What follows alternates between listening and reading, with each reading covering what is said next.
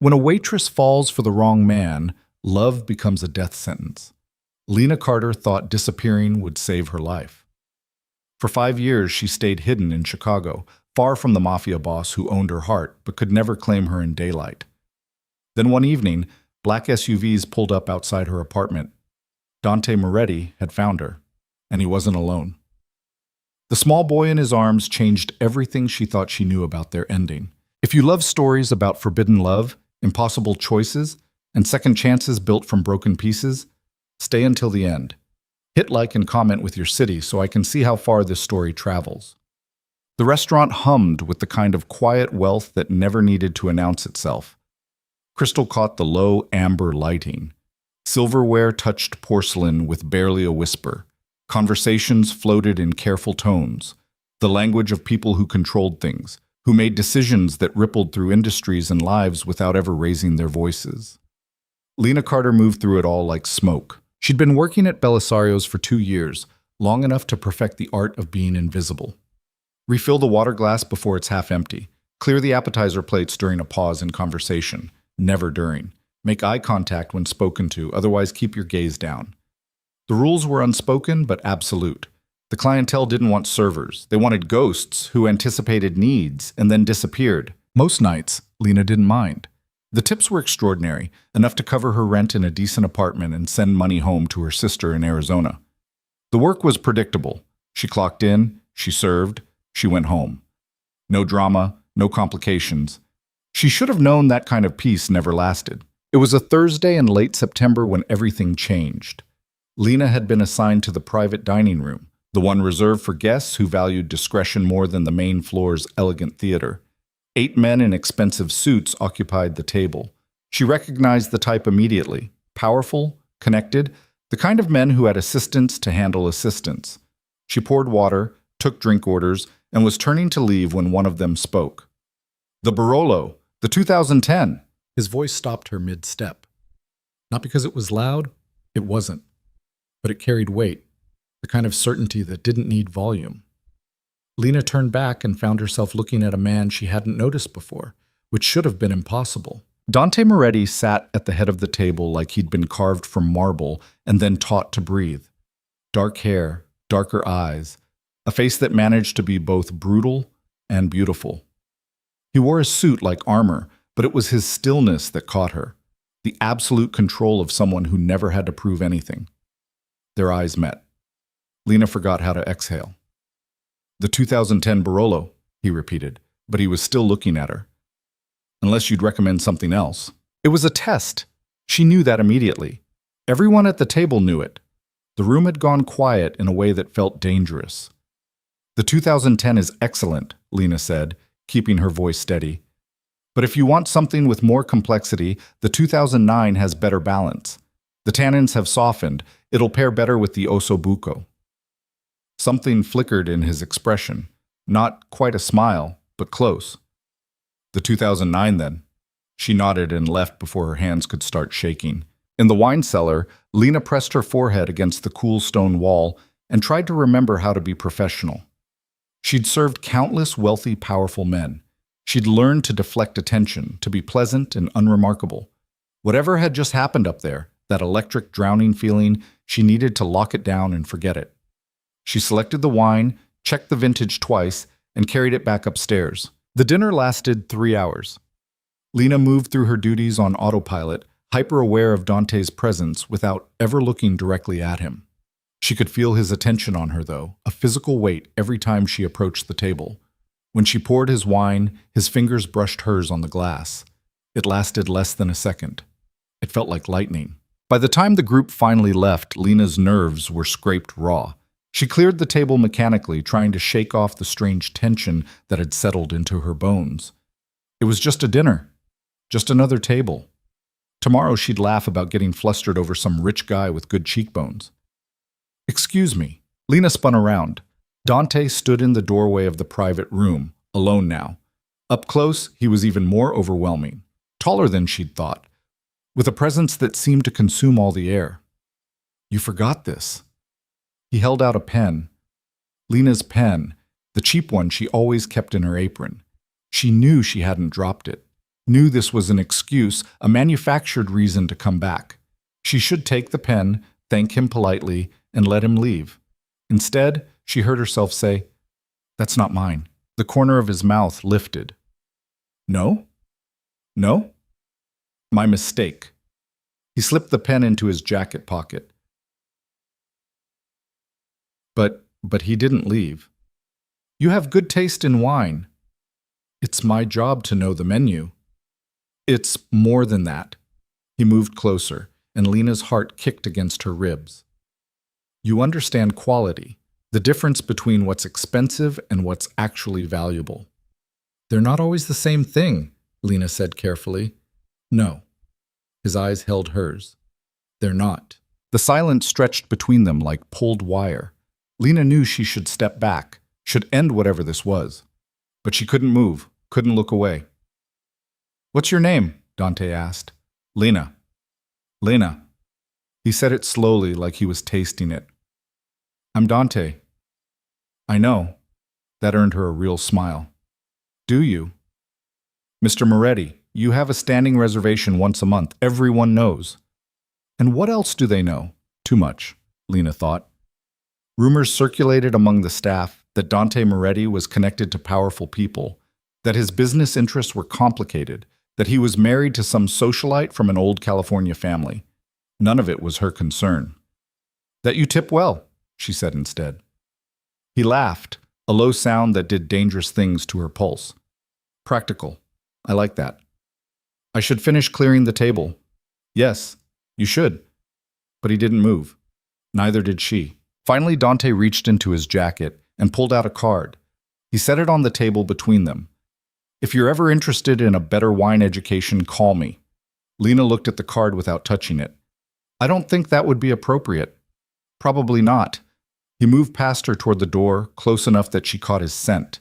Expensive cologne and something darker underneath. At the threshold, he paused. "But you'll think about it."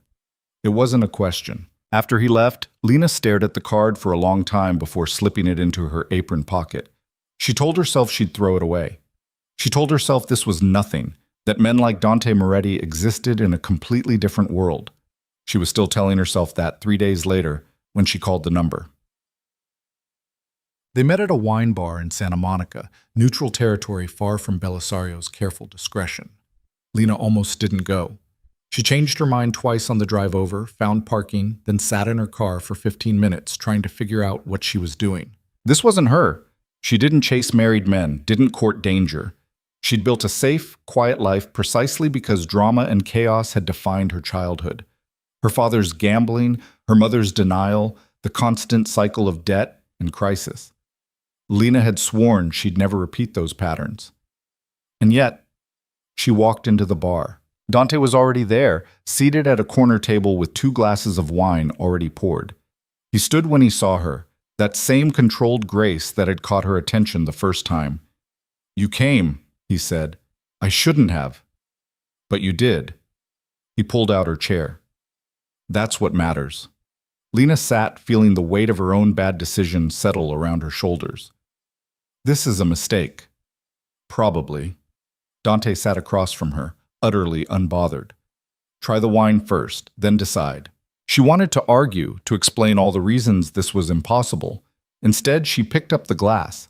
The wine was extraordinary, complex and layered, with a finish that lingered long after she swallowed. Lena closed her eyes despite herself, letting the taste develop. When she opened them, Dante was watching her with an expression that made her skin heat. "Brunello di Montalcino," he said. 1997. One of the best years. "It's perfect." "Yes." But he wasn't looking at the wine anymore. They talked for 3 hours. Dante told her about growing up in San Francisco, about learning wine from his grandfather who'd owned vineyards in Sonoma. He talked about business, carefully, vaguely, and about food and art and a dozen other things that had nothing to do with whatever dangerous world he actually inhabited. Lena talked too, more than she'd intended. About her sister, about leaving Arizona, about the strange satisfaction of good service work. She didn't mention that she knew he was married. He didn't mention it either. It was the first of many lies by omission. "I need to go," Lena said finally, though nothing in her wanted to leave. "When can I see you again?" You can't. Dante reached across the table and brushed his thumb across her knuckles. The touch was light, barely there. It felt like falling. Lena, this won't end well, you know that. I know.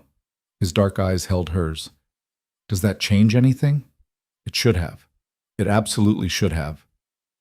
Tuesday, Lena whispered. 7 o'clock. The affair began like wildfire. Sudden, consuming, impossible to control. They met in secret. Late dinners at places where no one would recognize them. Drives up the coast with the windows down and the ocean stretching endlessly beside them. A rented apartment in West Hollywood that Dante kept for reasons he never fully explained, where they could pretend the outside world didn't exist.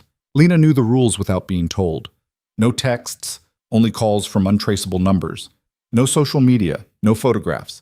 She couldn't tell anyone, not her sister, not her coworkers, not her closest friend. Their relationship lived in shadows and stolen hours, and somehow that made it more intense, more vital. Tell me something true, Dante said one night, tangled in hotel sheets while rain drummed against the windows. Lena traced patterns on his chest, feeling his heartbeat under her palm. Like what? Anything. Something you've never told anyone. She thought about deflecting, about keeping that last layer of protection intact, but they were already past the point of careful boundaries. I wanted to be a nurse, she said quietly. I got accepted to a program, had the loans lined up. Then my dad got sick and I had to drop out to help with medical bills. By the time he died, I'd missed too much school, couldn't get back in. Dante's hand tightened on her waist. I'm sorry. It's fine. I made peace with it. Did you? Lena rolled onto her back, staring at the ceiling. I tell myself I did. Most days I even believe it. You could try again, go back to school. It's expensive, and I'm not getting any younger. You're 26. 27 next month. Dante shifted, propping himself up on one elbow to look at her. In the dim light, his expression was unreadable. If money weren't an issue, if you could do anything, what would you choose? That's not how life works. Answer the question, Lena. She met his eyes. Healthcare, still. Maybe not a nurse anymore, but something in that field, something that matters. He nodded slowly, like he was filing that information away. They didn't talk about it again that night, but 2 weeks later, Dante handed her an envelope. Inside was information for a healthcare administration program at UCLA, and a check that would cover the entire first year. Lena stared at it, her hands shaking. I can't accept this. Yes, you can. Dante, no strings, no expectations. He cupped her face, forcing her to look at him.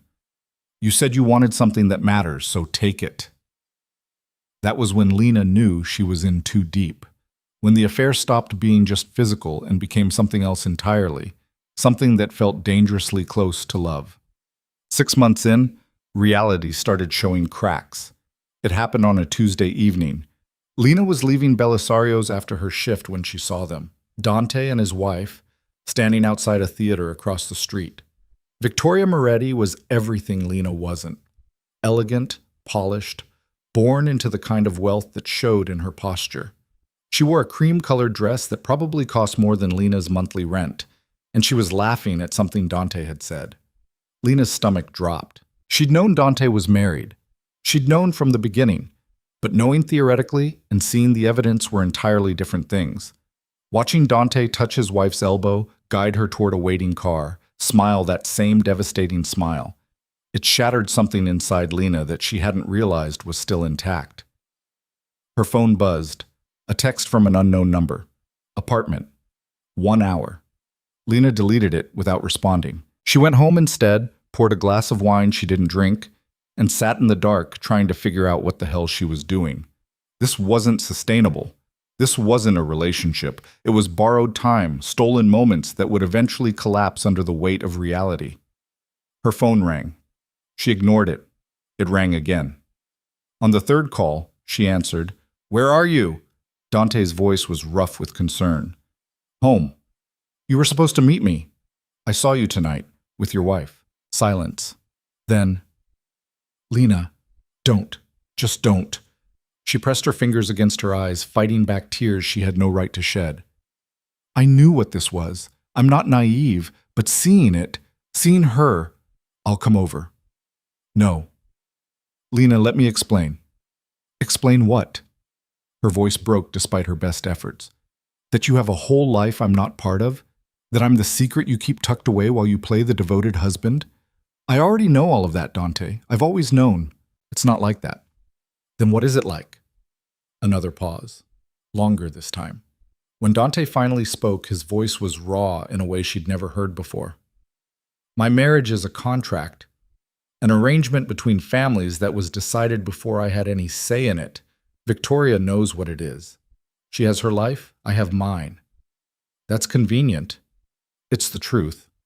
I don't love her, Lena. I've never loved her. But you married her anyway. Yes. And you'll stay married to her. It's complicated. It's really not. Lena laughed, but it came out bitter. You have obligations, family expectations. I understand. But I'm not going to pretend it doesn't hurt to be the thing you keep hidden. You're not a thing. Don't reduce this to What am I then? What are we? Dante didn't answer right away. In the silence, Lena heard everything he wasn't saying. I should go, she said finally. Lena, wait. She hung up. For 3 days, she didn't answer his calls. She went to work, came home, and tried to convince herself that ending things was the right choice, the smart choice, the only choice that made sense. On the 4th day, Dante showed up at her apartment. Lena opened the door and found him standing there, still in his suit from whatever meeting he'd come from, looking more undone than she'd ever seen him. You can't be here, she said. I know. Dante, I love you. The words hit like a physical blow. Lena gripped the doorframe, suddenly unsteady. Don't say that. It's true. He moved closer, and she hated how much she wanted to reach for him. I've been trying not to say it, trying to keep this simple. But it's not simple, Lena. It stopped being simple the first night I met you. You're married. I know. You have a wife. I know. And you're going to stay married to her. Dante's jaw tightened.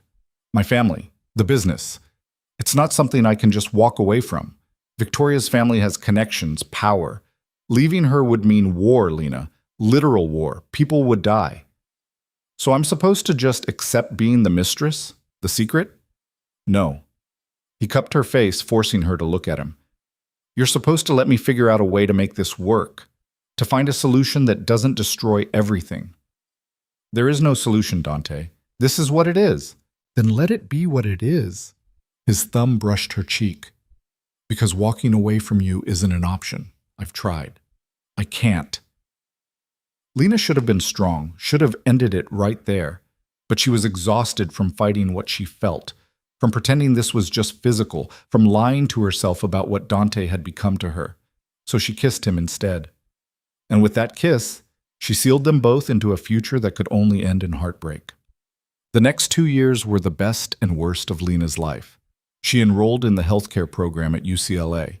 The classes were challenging, demanding, exactly what she'd hoped for. She discovered she had a gift for patient advocacy, for navigating the complex systems that so often left vulnerable people behind. For the first time since dropping out of nursing school, Lena felt like she was building something that mattered. But every achievement was shadowed by the reality of her relationship with Dante. They settled into a rhythm, careful and controlled. Lena finished her shifts at Belisario's. She'd kept the job partly for the income, partly for the cover, and met Dante at the West Hollywood apartment 2 or 3 times a week. They talked about everything and nothing. He helped her study for exams. She introduced him to old movies he'd never seen. They cooked dinner together, made love, fell asleep tangled in each other. And then he went home to his wife. Lena tried not to think about it, tried to live in the moments they had rather than mourning the ones they didn't. But it was getting harder, especially when Dante started canceling plans. Business dinner, he'd say, or family obligation. The explanations were always vague, always apologetic. Lena accepted them because the alternative was questioning him, and questions led to fights, and fights led to the kind of conversations that might shatter what they'd built. But she noticed things. The way Dante's phone rang more frequently, the tension that had started living in his shoulders, the nights when he'd show up late, distracted, his mind clearly somewhere else. Are you okay? Lena asked one evening, watching him stare out the window without really seeing anything. Fine. You're a terrible liar. That got a half smile. Usually I'm an excellent liar. Not with me. Dante turned to look at her, and something in his expression made Lena's chest tighten. No, not with you. So tell me what's wrong. He was quiet for a long time, then, there are things happening in my world right now, complicated things. I'm trying to keep you separate from all of it, but what? But it's getting harder to maintain boundaries. Lena's pulse quickened. What kind of things? The kind you don't need to know about. Dante. I mean it, Lena. His voice went hard in a way that reminded her exactly who he was. Not just her lover, but someone who operated in a world she didn't understand. The less you know, the safer you are. Safer from what? He didn't answer, just pulled her close and held her like she might disappear. That was the first time Lena truly understood the danger she was in. Not from Dante, never from him, but from the life he led, the people he answered to, the enemies he'd made. She was a vulnerability now, a weak point. And in Dante's world, weaknesses got exploited. She should have run then. She didn't. The beginning of the end came on a cold February night. Lena was at the apartment, studying for her final exams, when Dante arrived earlier than expected. He looked different, his face drawn, his movements stiff, like he was carrying something too heavy to set down. Hey, Lena said, closing her textbook. I wasn't expecting you until later. Dante poured himself a drink without answering. Scotch. Neat. He downed it in one swallow and poured another. Okay, now you're scaring me. What happened? Victoria's pregnant. The words landed like a bomb. Lena couldn't breathe, couldn't think. The room tilted sideways. What? She's pregnant 3 months. 3 months? They'd been together for almost 3 years, and Victoria had been pregnant for 3 months. Lena did the math automatically, unwillingly. That meant, you slept with her, she said flatly. Lena, you slept with your wife while you were with me. It wasn't. Dante ran a hand through his hair, and for the first time since she'd known him, he looked lost. It wasn't like that. Then what was it like? Lena stood, suddenly needing distance. Did you accidentally fall into bed with her? Trip and land with your... It was expected. The words came out harsh, almost angry. Do you understand what my marriage is? What's required of me? Her family has been asking questions, making implications. An heir has been part of the arrangement since the beginning. So you just decided to give them one. I didn't decide anything. It's not... This isn't a relationship where decisions are mutual, Lena. It's a contract, a performance. A performance that involves creating a child. Dante's silence was answer enough. Lena wrapped her arms around herself, suddenly cold. You should have told me, before. When you knew you were going to, when you planned to, there was no plan. It happened once. One time in 3 years, and I hated every second of it. But you did it anyway. Yes. He met her eyes, and she saw the truth there, the guilt, the regret, but also the resignation. Because this is my reality. This is who I am, and what my life demands. And what am I? The question came out smaller than she'd intended. What am I in all of this? Dante crossed to her in 2 strides, gripping her shoulders. You're everything. You're the only real thing in my entire life. But I can't, Lena, I can't leave her now. Not with a baby coming. My family would never allow it. Victoria's family would see it as war. So what are you saying? I'm saying I need you to wait. Just until things settle. Once the baby's born, once there's an heir. You want me to wait while you play happy family with your wife and newborn? Lena laughed, but it sounded like breaking glass. How long, Dante? A year? 5 years? Forever? I don't know. You don't know. She pulled away from him. That's not good enough. It's all I have. They stared at each other across 3 feet of space that felt like miles. Lena saw their entire relationship laid bare in that moment, all the beautiful lies they'd told themselves, all the impossible promises. She'd known from the beginning this couldn't last. She'd just been stupid enough to hope anyway. I need you to go, she said quietly. Lena, please, just go. Dante didn't move. I love you. I know. Tears finally spilled over, hot against her cold skin. But it's not enough. It was never going to be enough. Don't do this. Don't end this. You ended it when you decided to have a child with her. You just didn't tell me. That's not fair. None of this is fair. The words came out as a shout. I'm in love with a married man who just told me his wife is pregnant and expects me to smile and wait around while he builds a life with someone else. Nothing about this has ever been fair. Dante looked like she'd struck him. Good. She wanted him to hurt the way she was hurting. If you leave, his voice was raw. If you walk away from this, you'll what? Come find me? Force me to be your mistress forever? Lena shook her head. Let me go, Dante. It's the kindest thing you could do. He stood there for a long moment, and Lena watched him fight with himself. Watched the man who controlled everything struggle with the one thing he couldn't command. Finally, he nodded. Just once. Then he walked out of the apartment and out of her life. Lena waited until she heard his car drive away. Then she collapsed onto the floor and sobbed until she had nothing left inside her. The next morning, Lena called in sick to work. She spent the day in bed, staring at the ceiling, trying to figure out how to exist in a world that didn't include Dante Moretti. By evening, she'd made her decision. She couldn't stay in California. Every restaurant might be his, every street corner a reminder. She needed distance, physical, emotional, complete. She needed to rebuild somewhere he couldn't accidentally find her, somewhere she could breathe without drowning in might-have-beens. Chicago. Her sister lived there now, had been begging Lena to visit for months. It was far enough away to feel like escape, big enough to disappear into. Lena had credits from UCLA that would transfer. She could finish her degree, start over, become someone who'd never fallen in love with a man who could never fully be hers. She booked a train ticket for the end of the week. One way. She told her manager at Belisario's she was leaving, gave them proper notice even though she wanted to run immediately. She packed her apartment methodically, donating most of her furniture, boxing up clothes and books, and the fragments of a life that had never quite been real. Dante called, texted, left voicemails she deleted without listening to. She changed her number on the fourth day. On her last night in California, Lena stood on her empty apartment balcony and looked out at the city lights. Somewhere out there, Dante was probably at some dinner, some meeting, playing his role in the elaborate theater of his life. Maybe he was thinking about her. Maybe he'd already started forgetting. It didn't matter. This was the right choice. The only choice. Lena touched her stomach, still flat, still unremarkable. She'd discovered she was pregnant 3 days ago, the morning after their final fight. The timing was almost cruel in its precision. She hadn't told him, wouldn't tell him. This was her burden to carry, her decision to make. Dante had chosen his path when he'd chosen to give Victoria an heir. Lena was choosing hers now. The next morning, she boarded a train to Chicago.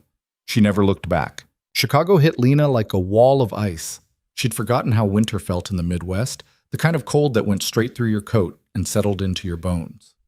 California had made her soft. 3 years of sunshine and ocean breezes, and she'd forgotten what real weather was.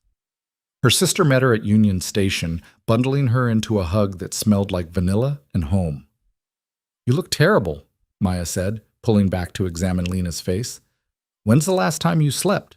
On the train, sort of. That's not sleep, that's passing out.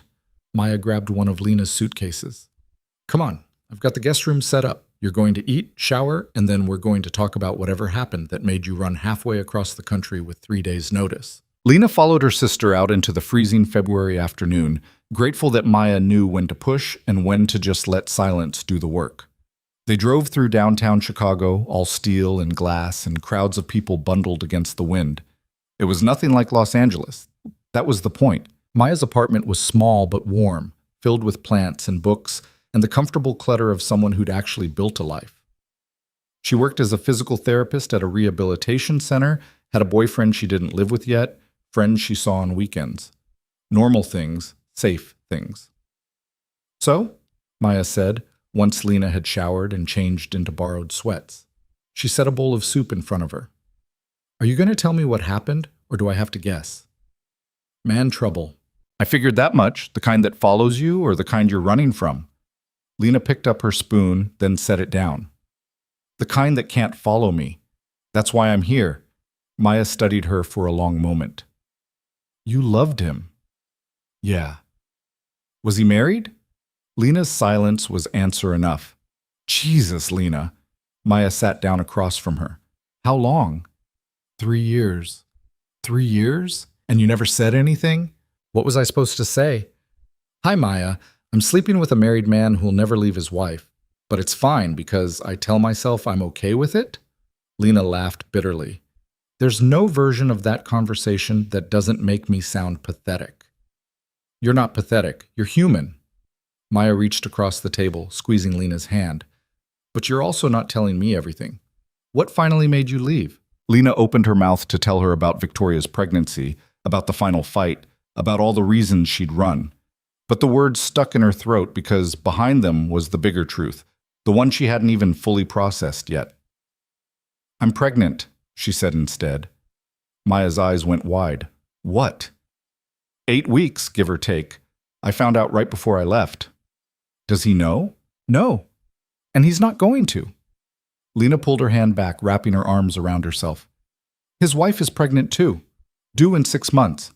He made his choice, Maya. I'm making mine. Lena, I don't want his money. I don't want his help. I don't want anything from him except distance. The certainty in her own voice surprised her. I can do this. I have my credits from UCLA. I can transfer to a program here, finish my degree, get a job in healthcare, raise this baby on my own. Maya looked at her like she was trying to solve a complicated equation. Okay, but you don't have to do it alone. I'm here. You can stay as long as you need. I can't impose. You're not imposing. You're family. Maya stood, came around the table, and pulled Lena into a hug. We'll figure it out. Whatever you need. Lena held on to her sister and let herself cry for the second time in a week. But these tears felt different, less like breaking and more like release. Like maybe, despite everything, she was going to survive this. The next morning, Lena woke up and started building a new life. She enrolled at DePaul University to finish her healthcare administration degree. She found a part-time job at a medical clinic doing intake and filing. Nothing glamorous, but it paid and gave her experience. She moved out of Maya's place after 2 months into a studio apartment in Logan Square, small but hers, with windows that faced east and caught the morning light. She tried not to think about Dante, tried not to wonder if he'd looked for her, if he'd cared that she'd vanished, tried not to imagine what he'd think when he realized she'd been pregnant when she left. Most days she succeeded. Most days she was too busy surviving to dwell on the past. But some nights, alone in her apartment, with her hand on her growing belly, Lena let herself remember. The way Dante laughed at her terrible jokes. The way he'd listened when she talked about her dreams, like they actually mattered. The way he'd made her feel seen in a way no one else ever had. Then she'd remember Victoria's pregnancy, the careful distance in Dante's voice when he'd said, I need you to wait. And the anger would wash away the nostalgia. He'd made his choice. She'd made hers. That was the end of it. At least, that's what she told herself. The pregnancy was harder than Lena had anticipated. Morning sickness lasted well into her second trimester. Her body changed in ways that felt alien and uncomfortable. She was exhausted constantly, fighting to keep up with classes and work, while her body demanded rest she couldn't afford to take. Maya was a constant presence, showing up with groceries and terrible movies, and the kind of steady support Lena had never quite believed she deserved. Her sister's boyfriend, Marcus, turned out to be handy with furniture assembly and didn't ask invasive questions. They built a crib together one Saturday in April, and Lena cried over the instruction manual for no reason she could articulate. Hormones, Maya said, handing her tissues. You're allowed to be a mess. I don't want to be a mess. I want to be competent and prepared and human? You're allowed to be that too. Lena wiped her eyes, laughing despite herself. When did you get so wise? Therapy. Highly recommend it. Can't afford it. Then lean on me. That's free. By her third trimester, Lena had hit a rhythm. She'd finished her degree requirements and accepted a job at a community health center on the South Side. The work was challenging, managing patient advocacy programs, navigating insurance nightmares, helping people who'd fallen through every crack in the system. It was exactly what she'd wanted to do, and she was good at it. She attended birthing classes alone, practiced breathing exercises in her apartment, and tried not to notice the couples around her with their matching enthusiasm and shared fear. This was her journey. She was doing it on her own terms. The baby came on a humid night in late August, 3 weeks early, and absolutely determined to make an entrance. Maya drove her to the hospital while Lena gripped the door handle and tried to remember everything she'd learned about managing pain. "You're doing great," Maya said, which was a lie. But Lena appreciated it anyway.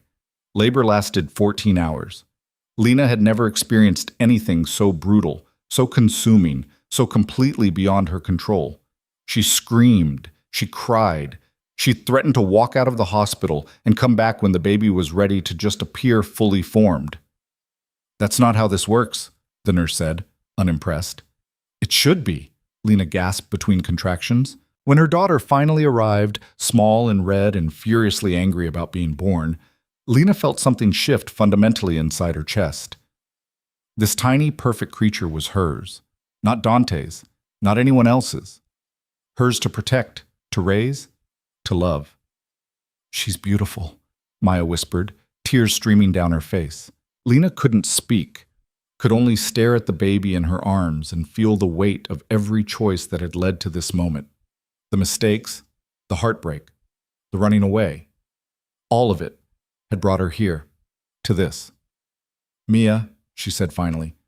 Her name is Mia. The first year of Mia's life passed in a blur of sleepless nights and endless diapers, and the kind of exhaustion Lena hadn't known was possible. Her daughter was colicky, demanding, and slept in 45-minute increments that left Lena stumbling through her days like a zombie. Work was understanding, to a point. Maya helped when she could, but mostly, Lena was on her own, figuring out how to be a mother while also being a professional, while also being a person who occasionally needed to shower and eat and sleep. It was the hardest thing she'd ever done. It was also the best. Mia grew. Rolled over at 4 months, sat up at 6, took her first steps at 11 months while Lena was at work, and Maya was babysitting. Lena cried when she heard, mourning the milestone she'd missed, then laughed when Mia demonstrated her new skill by promptly falling on her butt. "She's got your stubborn streak," Maya observed. "Poor kid never had a chance." By Mia's second birthday, Lena had been promoted at the health center.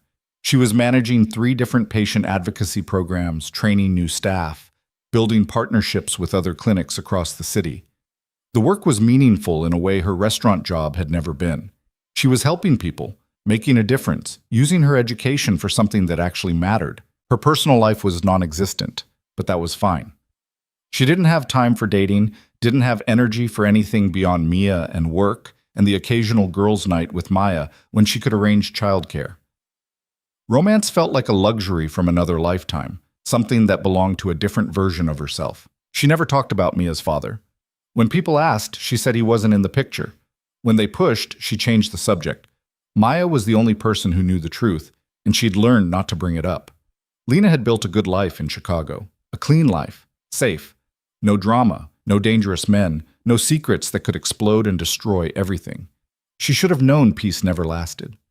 Mia was 4 when Lena started noticing the car. It was subtle at first, a black sedan parked across from the health center when she left work. The same sedan near her apartment building the next day. Then again outside Mia's preschool.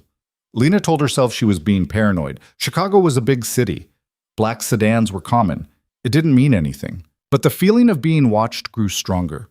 She started checking over her shoulder, taking different routes home, parking in different spots. She bought pepper spray and kept it in her purse, started screening her calls more carefully. "You okay?" Maya asked one evening when Lena canceled their dinner plans for the 3rd time. "You seem jumpy." "Just stressed about work." "Lena, I'm fine, really." She wasn't fine. She was terrified in a way she couldn't quite name, some instinct screaming that her carefully constructed world was about to collapse. The call came on a Wednesday in October.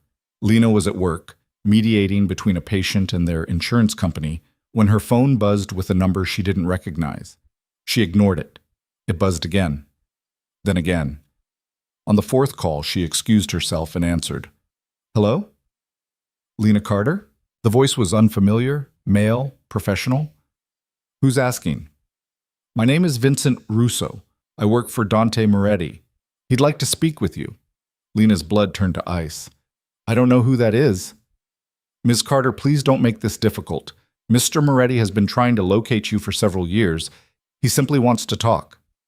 Tell Mr. Moretti I have nothing to say to him. Her voice was shaking. And tell him to stop following me. Following you? Ms. Carter, I assure you. Lena hung up. Her hands were trembling so badly she could barely hold the phone. 5 years. She'd had 5 years of peace, of distance, of building a life that didn't include Dante Moretti. And now he'd found her. She made it through the rest of her workday on autopilot, her mind racing through possibilities. What did he want? Why now? Did he know about Mia? That last thought made her stomach drop. If Dante knew about Mia, if he decided he wanted to be involved, Lena had no idea what he was capable of. She'd left before ever really understanding the extent of his power, his connections. What if he tried to take Mia? What if he… Stop, she told herself firmly. You're spiraling. But knowing she was spiraling and being able to stop it were two different things. That night, Lena picked Mia up from preschool and drove to Maya's apartment instead of going home. What's wrong? Maya asked, taking one look at Lena's face. He found me. Maya didn't have to ask who. She ushered them inside, set Mia up with crayons and cartoons, then pulled Lena into the kitchen. What happened? Lena told her about the calls, the car she'd been seeing, the man who'd claimed to work for Dante. Maya listened without interrupting, her expression growing darker. What are you going to do? She asked finally. I don't know. Ignore him? Hope he goes away? You really think that'll work? No. Lena didn't think that would work at all. She knew Dante well enough to know that when he wanted something, he didn't give up easily. And apparently, after 5 years, he still wanted something from her. The question was what? Over the next week, Lena tried to maintain normalcy while her anxiety ratcheted higher. She didn't answer any more calls from unknown numbers. She varied her routes even more, checked her car for tracking devices, started looking into whether she could get a restraining order against someone who technically hadn't done anything threatening. Then, on a Friday evening, she came home to find an envelope taped to her apartment door. Inside was a handwritten note on expensive stationery. Lena, I know you don't want to hear from me. I understand why, but I need to see you. Please, just once. There are things you need to know. D. At the bottom was an address for a hotel in downtown Chicago and a time, Saturday, 2 p.m. Lena read the note 3 times, her heart hammering. She should ignore it, should throw it away and pretend it never existed. Dante had no right to demand anything from her, not after 5 years of silence. But the note hadn't felt like a demand. It had felt like a plea. And despite everything, despite all the reasons she should stay away, Lena found herself wondering what he wanted to say. What could possibly be so important that he'd tracked her across the country after half a decade? Saturday came too quickly. Lena spent the morning in knots, trying to decide whether to go. Maya offered to watch Mia, which somehow made the decision harder. If she had an excuse not to go, she'd take it. But Maya was giving her the option, and Lena couldn't quite bring herself to refuse. You don't have to do this, Maya said as Lena got ready. I know. If he tries anything, he won't. Lena said it with more confidence than she felt. Dante's a lot of things, but he wouldn't hurt me. He already did hurt you. That's why you left. Lena didn't have an answer for that. The hotel was expensive, the kind of place that had doormen and marble floors and the hushed atmosphere of serious wealth. Lena felt underdressed in her simple jeans and sweater, but she hadn't wanted to give this meeting more importance than it deserved. She asked for Dante's room number at the desk. The concierge didn't even blink, just handed her a keycard and directions to the top floor. Of course he'd gotten a penthouse. Lena rode the elevator up, her pulse pounding in her ears. She hadn't seen Dante in 5 years, hadn't heard his voice, hadn't let herself think about him beyond the occasional unwanted memory. What if seeing him undid all the work she'd done to move on? What if… The elevator doors opened. Dante was standing in the hallway, and Lena forgot how to breathe. He looked older. There were lines around his eyes that hadn't been there before, gray threading through his dark hair. He'd lost weight, she thought, or maybe just the ease he used to carry. He looked tired in a bone-deep way that even his expensive suit couldn't hide. But his eyes, those were the same. Dark and intense and fixed on her like she was the only thing in the world that mattered. Lena, he said, and his voice cracked on her name. She stepped out of the elevator on legs that felt unsteady. You shouldn't have come here. I know. You shouldn't have looked for me. I know. Then why? Her voice broke. She hated that it broke. Why are you here, Dante? He moved closer, and Lena forced herself not to step back. Because I need to tell you the truth about what happened after you left. About Victoria. About... He stopped, his jaw working. About everything. I don't want to know about your wife. She's dead, Lena. The words hit like a physical blow. Lena stared at him, trying to process what he'd just said. What? Victoria died 3 years ago. Complications from the pregnancy. The baby... Dante's voice went rough. The baby survived, but she didn't. I don't... Lena's mind was racing. 3 years ago? And you're just now... I didn't know where you were. You disappeared completely. Changed your number, left no forwarding address. It took me 2 years just to find out you'd gone to Chicago. He ran a hand through his hair, a gesture so familiar it hurt. And then another year to actually locate you. You covered your tracks well. I didn't want to be found. I know, but there are things you need to know, things that... He glanced down the hallway. Can we talk inside, please? Every instinct Lena had screamed at her to leave, to walk away before this conversation went any further. But there was something in Dante's expression, something desperate and haunted, that kept her frozen. 5 minutes, she said finally. Then I'm leaving. The penthouse suite was enormous, all floor-to-ceiling windows and modern furniture. Lena stayed near the door, arms crossed defensively. Dante poured himself a drink, then seemed to think better of it and set the glass down untouched. Victoria and I never had a real marriage. You knew that. You slept with her, got her pregnant. Once. In 3 years. Once. Because my family demanded it. Because her family demanded it. Because that was the arrangement. He turned to face her.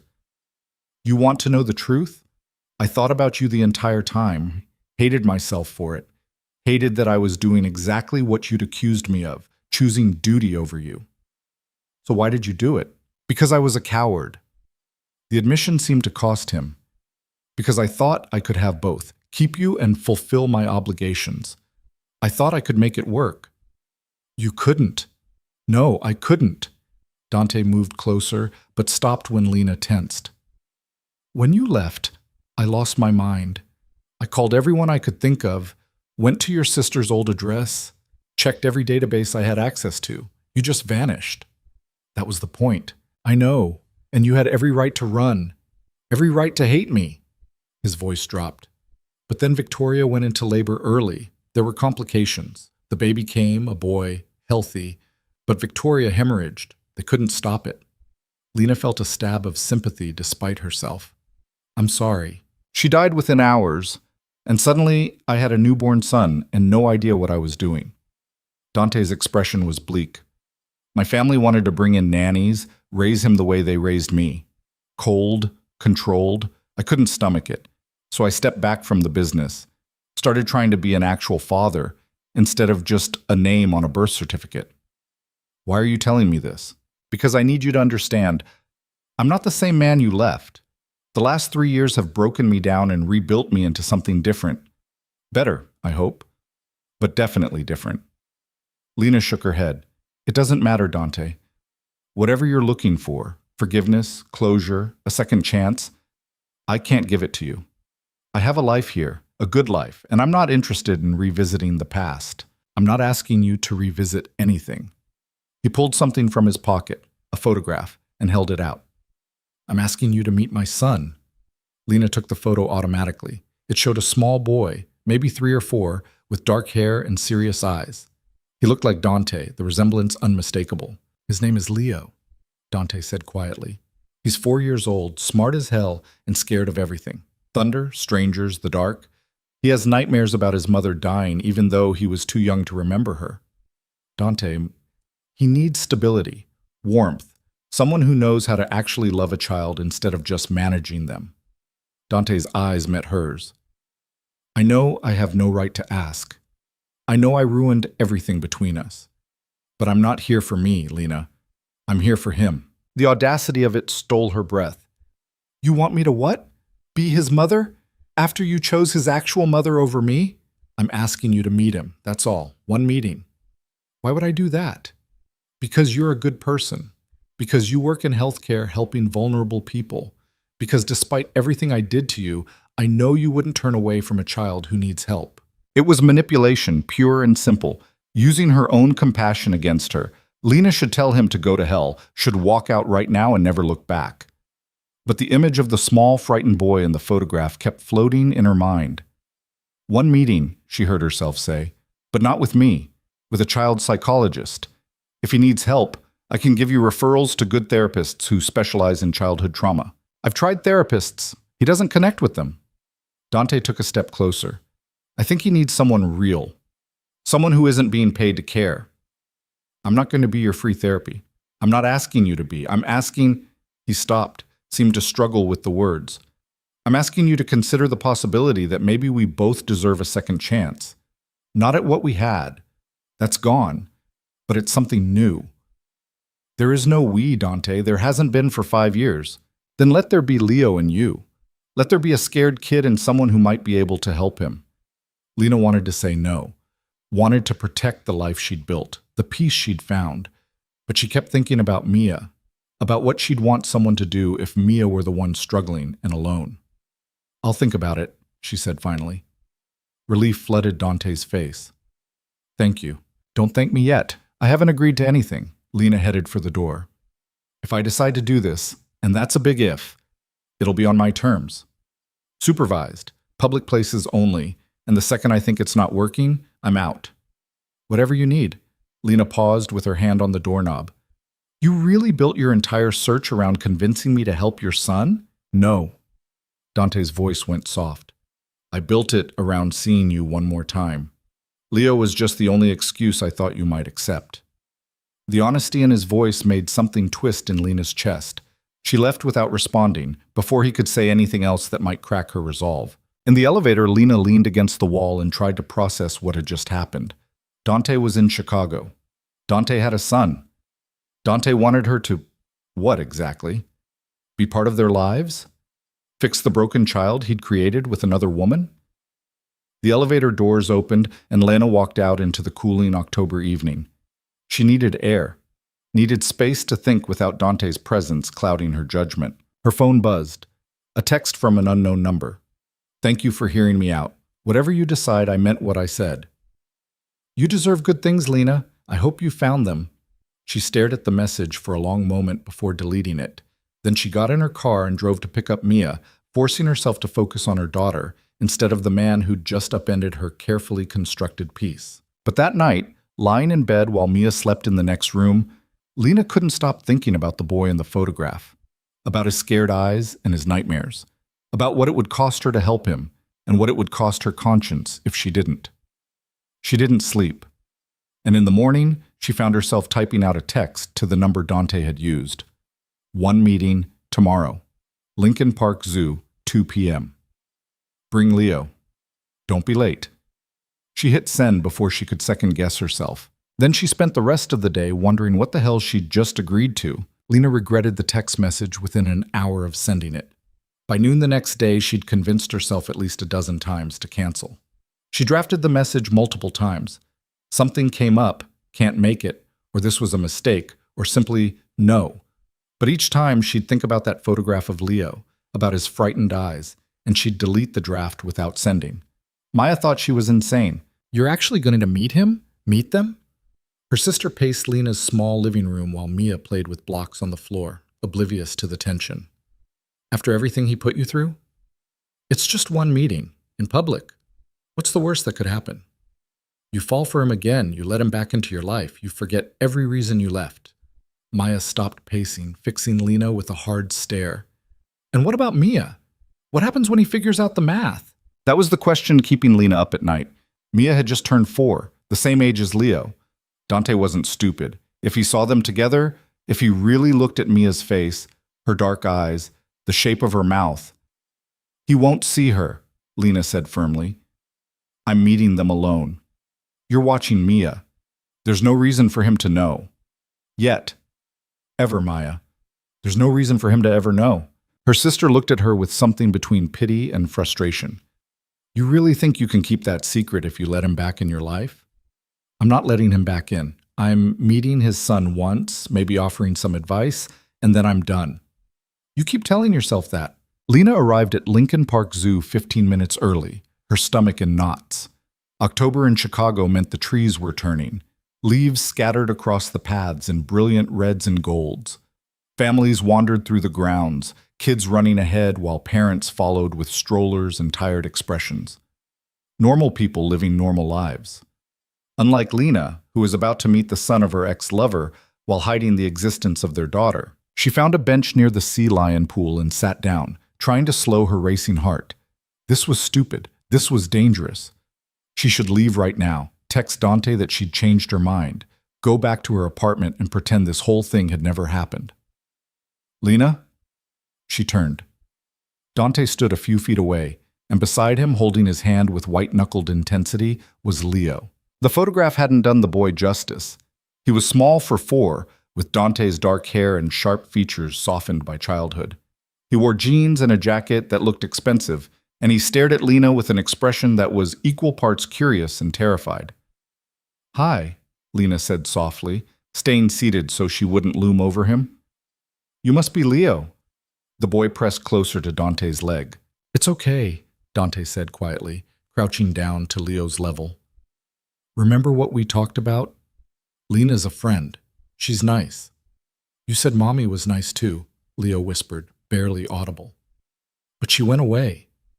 The words hit Lena square in the chest. She watched Dante's face crumple for just a second before he smoothed it away, the control settling back over his features like a mask. "Lena's not going anywhere right now," Dante said. "She just wants to say hello. Is that okay?" Leo considered this for a long moment, then gave the tiniest nod. Dante straightened, meeting Lena's eyes over his son's head. The gratitude there was almost painful to witness. "Thank you for coming." "Don't thank me yet." Lena stood slowly, keeping her movements deliberate and non-threatening. "Hey Leo, do you like animals?" Another tiny nod. "What's your favorite?" Silence. Leo looked up at Dante, who gave him an encouraging smile. Finally, in a voice barely above a whisper, the boy said, "Penguins. Penguins are great. Want to go see them?" Leo's grip on Dante's hand tightened, but he nodded again. They walked slowly toward the penguin exhibit, an awkward trio that probably looked like a family to anyone passing by. The thought made Lena's stomach twist. She kept a careful distance from Dante, focusing entirely on Leo, who hadn't let go of his father's hand. The penguins were active, diving and swimming in their pool. A small crowd had gathered to watch, families with children pressing against the glass. Leo hung back, uncertain. "They're fast, aren't they?" Lena said conversationally. "I always thought penguins would be slow because of how they walk on land, but in the water, they're like little rockets." "Rockets," Leo repeated softly, testing the word. "Yeah, see that one?" Lena pointed to a penguin shooting through the water. "I bet he's racing the others." "Who's winning?" "Hard to say. They're all pretty quick." Lena glanced down at Leo. "What do you think?" For the first time, Leo looked directly at her, instead of at the ground or his father. His eyes were Dante's eyes, dark and intense. But there was a vulnerability there that made Lena's chest ache. "The one with the spot," Leo said, pointing to a penguin with a distinctive marking on its wing. "He's fastest." "Good eye," Lena smiled. "Want to get closer so we can see better?" Leo looked up at Dante, who nodded. Slowly the boy released his father's hand and moved toward the glass. Lena stayed beside him, close but not touching, while Dante hung back slightly. They watched the penguins for several minutes in comfortable silence. Gradually, Leo relaxed, his shoulders dropping from around his ears. He even laughed once when one of the penguins belly flopped into the water. "They're silly," he said. "Very silly," Lena agreed. "That's what makes them fun to watch." "Do you come here a lot?" "Sometimes. When I need to think or when—" Lena stopped herself before saying, "when Mia wants to see the animals. When I need to get out of my apartment." "We live in a hotel," Leo said matter-of-factly. "Daddy says it's temporary."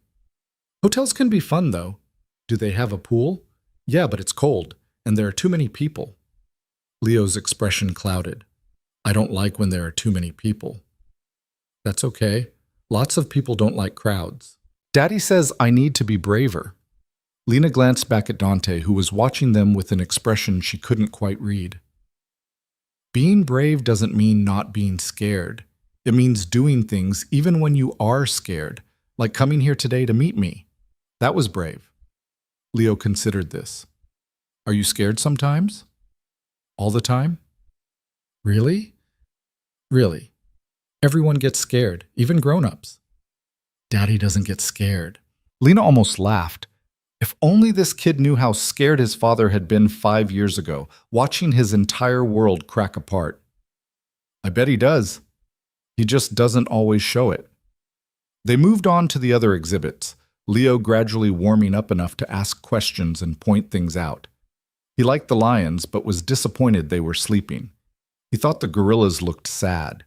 He wanted to know if the flamingos were always pink or if they painted themselves. They eat special food that makes them pink, Lena explained. Shrimp and algae. What's algae? Like pond plants. Green slimy stuff. Leo wrinkled his nose.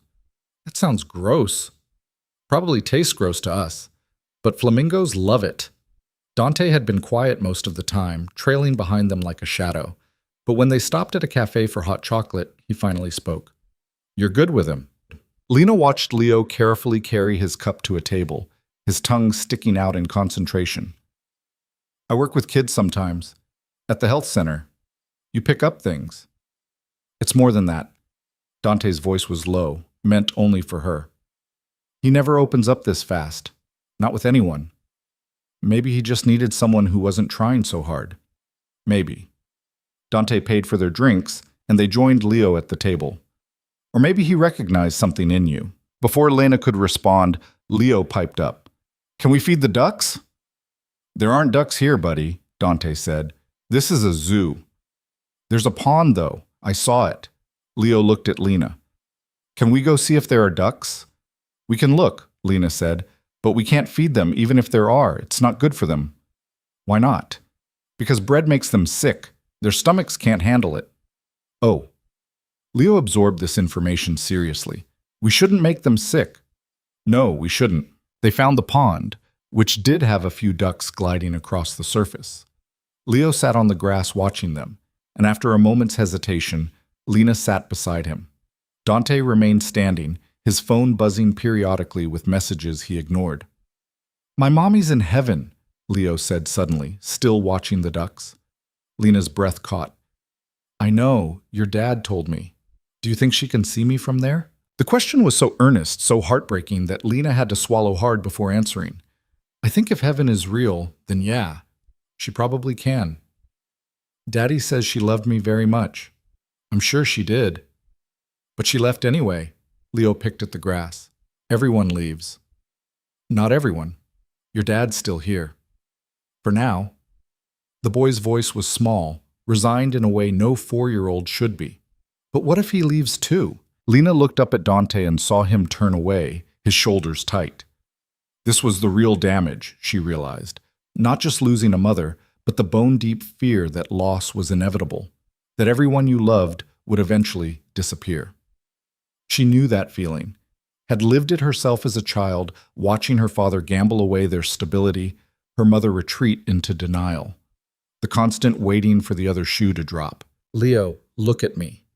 She waited until he met her eyes. I can't promise that nothing bad will ever happen, but I can tell you that your dad loves you so much, and he's not going anywhere if he can help it. How do you know? Because I can see it. The way he looks at you, the way he brought you here, even though it was probably scary for both of you. That's not what people do when they're planning to leave. Leo was quiet for a moment. Then, were you and Daddy friends before? The question caught her off guard. Yeah, a long time ago. Why did you stop being friends? Sometimes people have to go separate ways. It doesn't mean they stop caring about each other. Did you leave too?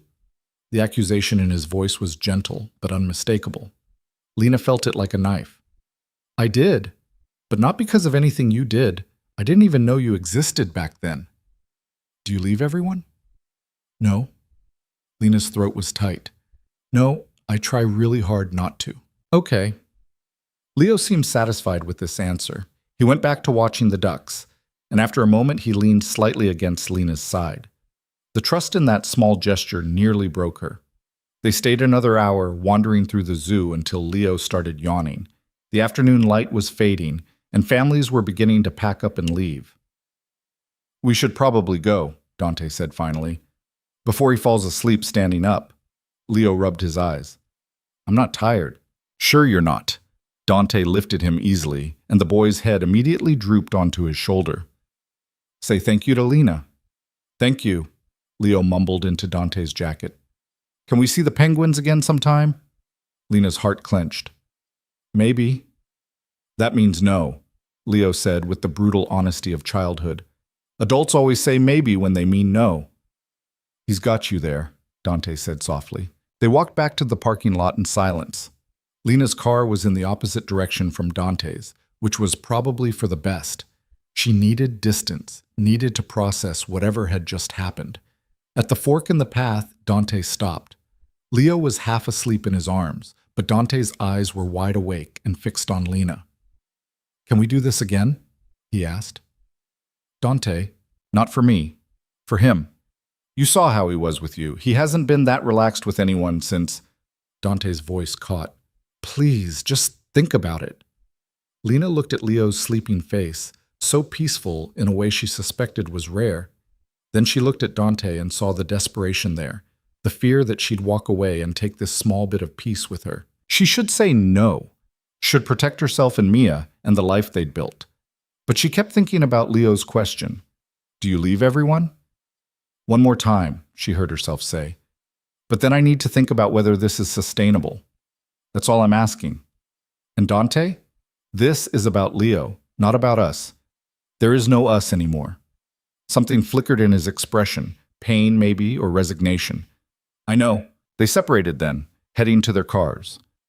Lena sat in hers for a long time before starting the engine, trying to figure out what she'd just agreed to. Her phone buzzed. Maya. "How'd it go?" Lena stared at the message.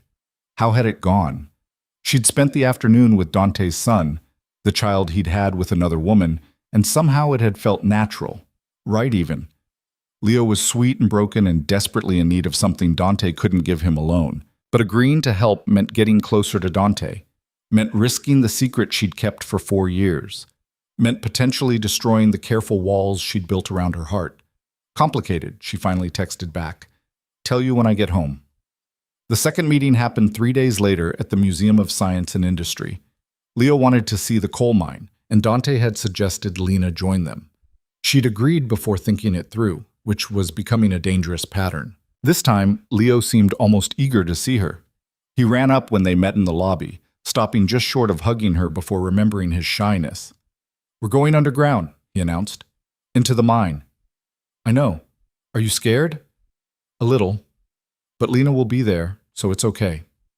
The trust in that statement made Lena's eyes burn. She glanced at Dante, who shrugged helplessly. "He's been talking about you non-stop," Dante said quietly. "Asked if you were going to be his new mom." Lena's blood ran cold. "What did you tell him?"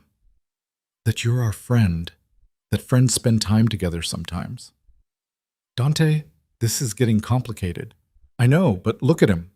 Dante gestured to where Leo was practically bouncing with excitement. "He's happy. When's the last time I could say that?" They went through the museum, Leo chattering away about everything he saw. In the coal mine exhibit, he held Lena's hand in the darkness, squeezing tight when the recorded sounds of mining equipment echoed around them. "You okay?" Lena whispered. "Yeah. It's just loud." "We can leave if you want." "No, I want to be brave." Leo's grip tightened. "Like you said." After the museum, they got lunch at a diner nearby. Leo ordered chicken fingers and spent most of the meal building elaborate structures out of French fries while explaining the plot of his current favorite cartoon. And then the robot dragon saves the princess, but she doesn't want to be saved because she was actually trying to get captured so she could steal the bad guy's magic crystal and— "Breathe, buddy," Dante said, but he was smiling. Leo took a breath and continued his story. Lena found herself laughing at his dramatic hand gestures and the way he'd stop mid-sentence to act out the action scenes. "You'd like my—" Lena stopped herself just in time. She'd been about to say my daughter. You'd like cartoons with dragons. I've seen a bunch of good ones. Which ones? Leo leaned forward eagerly. Lena listed a few of Mia's favorites, careful not to give away too much information. But it was hard, keeping that wall up. Hard not to tell Leo that her daughter was exactly his age, that they'd probably get along great, that they actually had more in common than he knew. After lunch, Leo crashed hard. Dante carried him back to the car, and Lena walked alongside them. He's going to sleep for hours after this, Dante said. I wore him out. We wore him out. Team effort. About that. Dante stopped at her car. Leo was fully asleep now, drooling slightly on his father's shoulder. I know you said this was just about Leo, and I respect that, but I need you to know, being around you again, it's... Don't. Lena cut him off. Don't make this about us, Dante, please. I'm not trying to, I'm just being honest. He shifted Leo's weight. I spent 5 years trying to forget you. Tried to convince myself that what we had wasn't real, that it was just an affair that ran its course. But seeing you with my son, watching you be exactly who I remembered... Stop. Lena's voice was sharper than she intended. I have a life, Dante, a good life, and I'm not going to blow it up for some fantasy of what we could have been. Is it a fantasy, though? We were good together. We were a secret. We were stolen moments and lies and a relationship built on the fact that you were married to someone else. Lena forced herself to meet his eyes. That's not a foundation. That's quicksand. Dante was quiet for a long moment. You're right, he said finally. I know you're right, but that doesn't change how I feel. Then you need to deal with your feelings on your own time, because I'm here for Leo. That's it. She got in her car before he could respond, before the look in his eyes could undermine her resolve. In her rearview mirror, she watched him stand there for a moment before turning to his own car, Leo still sleeping against his shoulder. The third meeting, a week later, was supposed to be at a children's museum. But when Lena arrived, Dante looked frazzled in a way she'd never seen. Leo's sick, he said by way of greeting. Just a cold, but he's miserable and I'm at the end of my rope. I know this wasn't the plan, but where is he? The hotel. I have a suite. I know it's not appropriate for you to come there, but take me to him. 20 minutes later, Lena was in an expensive hotel suite on the Magnificent Mile. Leo curled up on the couch, wrapped in blankets and looking utterly pitiful. Hey, buddy, she said softly, crouching beside him. I heard you're not feeling great. My throat hurts, Leo croaked, and my nose won't stop running. That's the worst. Are you drinking fluids? Leo pointed to a mostly full glass of water. Daddy keeps making me drink stuff. That's because your dad's smart. Your body needs water to fight off the cold. Lena felt his forehead, warm, but not dangerously so. Have you taken medicine? It tastes bad. Most medicine does, but it helps, right? I guess. Dante hovered anxiously nearby. I gave him children's acetaminophen 2 hours ago. The doctor said it's just a cold, should run its course in a few days.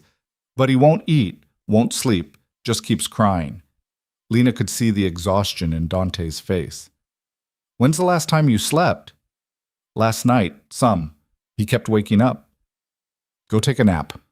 I've got this. Lena, you don't have to. Dante, go sleep. I've dealt with sick kids before.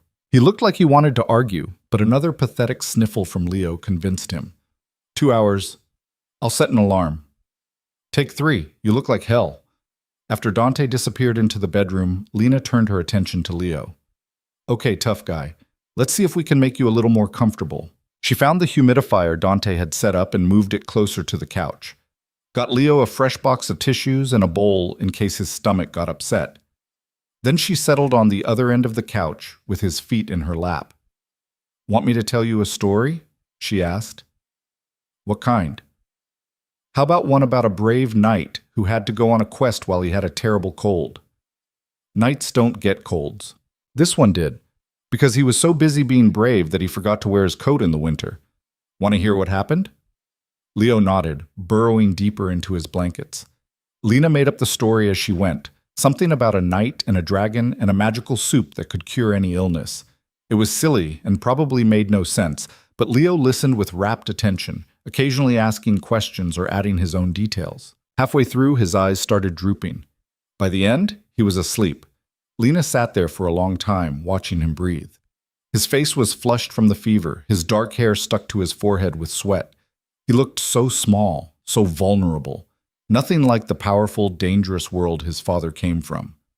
She heard a noise and turned to find Dante standing in the bedroom doorway, watching them. "I thought you were sleeping," Lena said quietly. "Couldn't, kept thinking about," he gestured vaguely, "everything." "Dante, I know. I know this is just about Leo. I know you have boundaries." He moved into the room, careful not to wake his son. "But watching you with him, it's everything I used to imagine. When we were together, before everything fell apart. I'd think about what it would be like if we could actually build a life together. Have a family, be normal. We were never going to be normal. No, but we could have been happy." Dante sat in the chair across from her, his expression raw. "I've given up a lot in my life, Lena. Made sacrifices for family, for duty, for a business I didn't even want. But losing you was the only one that actually broke me.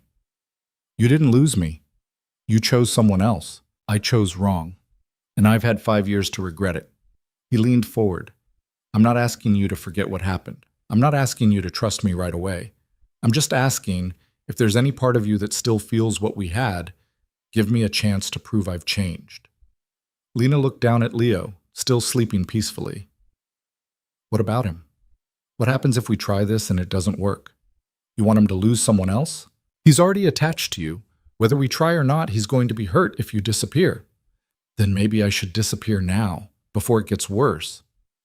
Do you want to?" That was the question Lena had been avoiding for weeks. Did she want to disappear? Every logical part of her brain screamed yes. This was dangerous, foolish, a recipe for disaster. She had Mia to think about, a secret that could destroy everything if it came out. But she kept thinking about Leo's smile when he saw her, the way he held her hand in the dark, the trust in his eyes when he called her brave. And underneath all of that, hidden but undeniable, was the part of her that still loved Dante, that had never stopped loving him, despite everything. "I don't know," she whispered. "I don't know what I want." "Then let's figure it out together." Before Lena could respond, Leo stirred, whimpering in his sleep. She automatically reached out, brushing his hair back from his forehead, murmuring quiet reassurances. He settled immediately, turning toward her touch. When she looked up, Dante was watching them with an expression that made her chest ache. "He trusts you," Dante said softly. "More than he trusts anyone except me. Do you know how rare that is? He barely knows me. Kids have instincts. They know who's safe." Dante stood, moving to kneel beside the couch near Leo's head. "I won't push you. I won't demand anything you're not ready to give.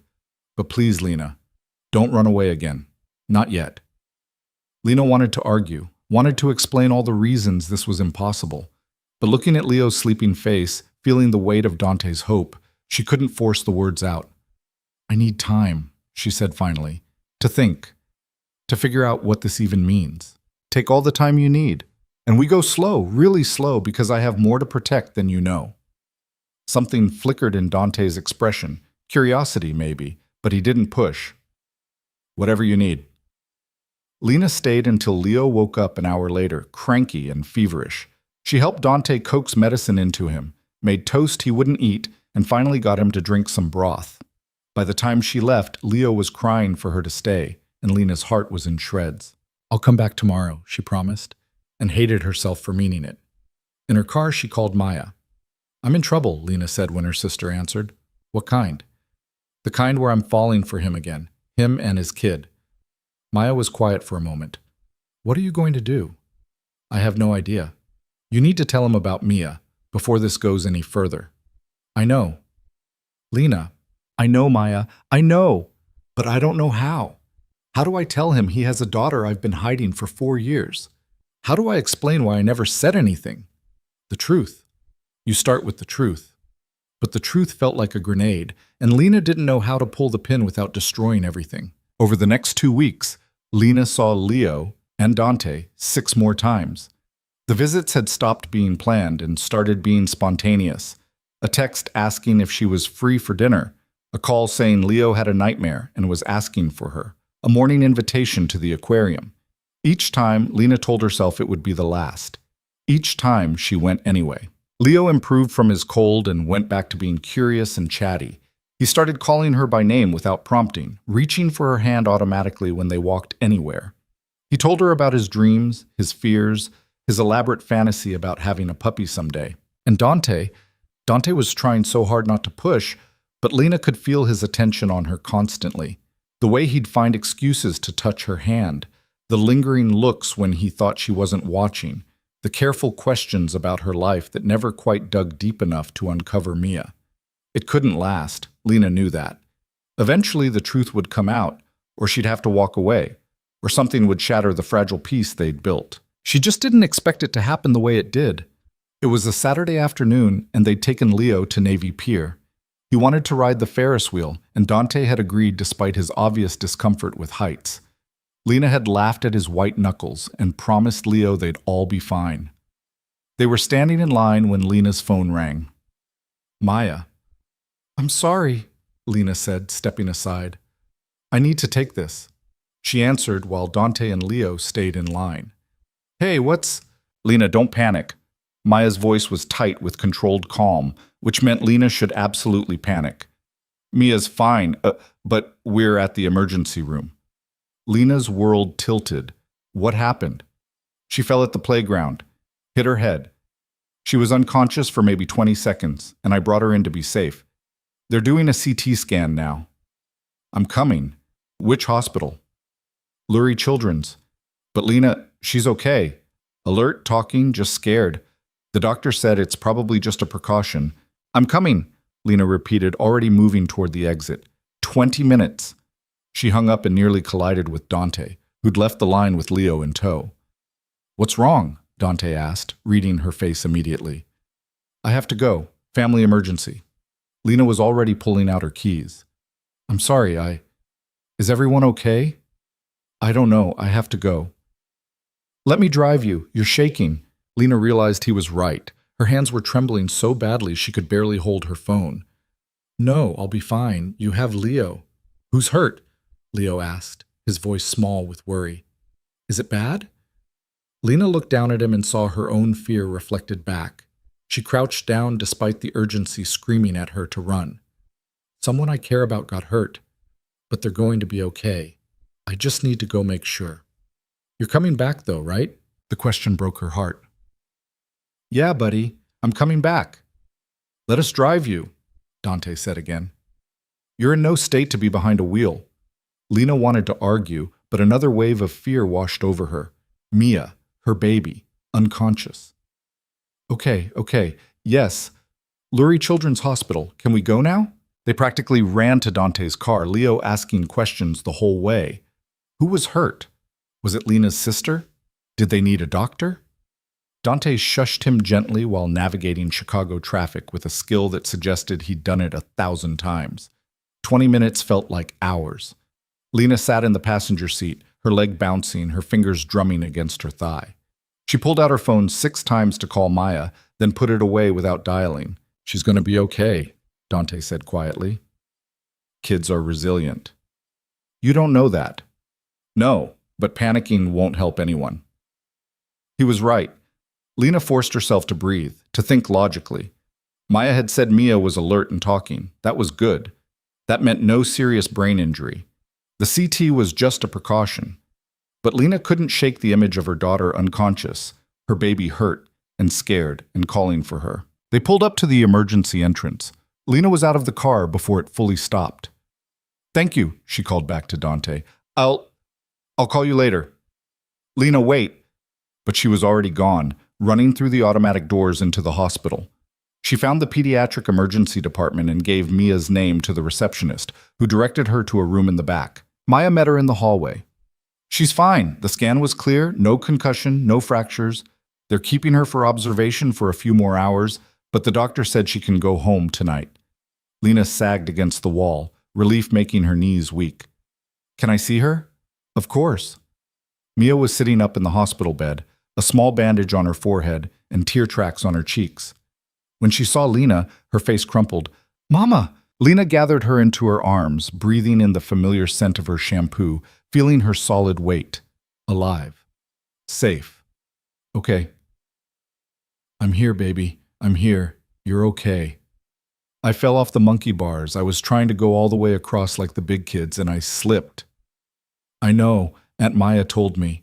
Lena pulled back to examine her daughter's face. How do you feel? My head hurts, and I'm scared. The doctors are going to make sure you're all better. You were very brave. They sat together, Lena holding Mia, while Maya explained what the doctor had said.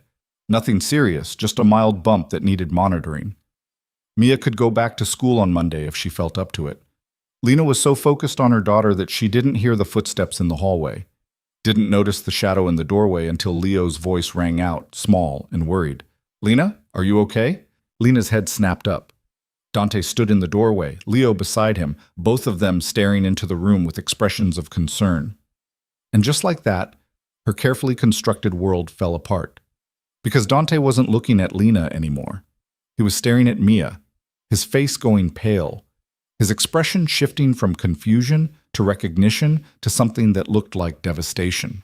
Mia, for her part, stared back with wide, curious eyes. Who's that, Mama? Lena couldn't breathe, couldn't move.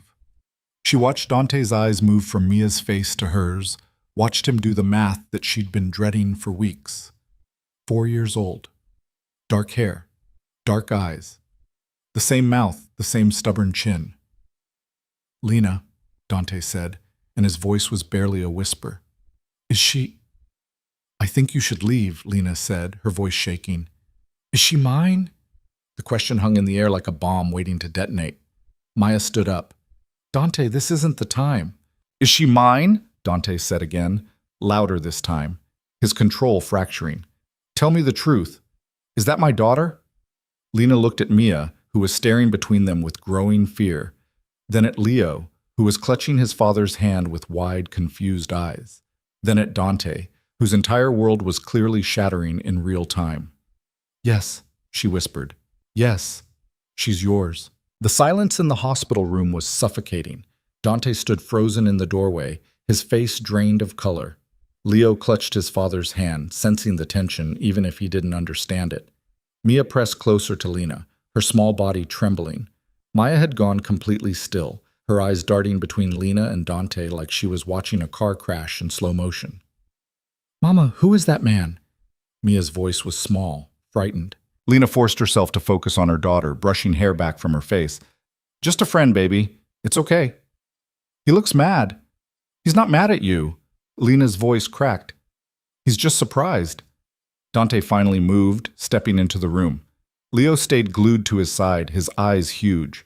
How long have you known? Dante, not here. How long? His voice was quiet but sharp as broken glass. When did you find out? Lena couldn't look at him. 3 days after our last fight, right before I left California. She heard him inhale sharply, watched his hands curl into fists at his sides. 5 years. You've known for 5 years and you never... Don't.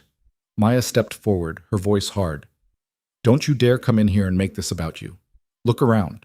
We're in a hospital. Mia just got hurt. Whatever you have to say can wait. The hell it can. Daddy, you're scaring me. Leo's voice was high and thin. Why are you yelling? Dante looked down at his son and seemed to remember where he was. The fury in his expression shifted to something more controlled, but no less devastating. I'm sorry, buddy, I'm not... He stopped, ran a hand through his hair. We need to leave. But Lena's here.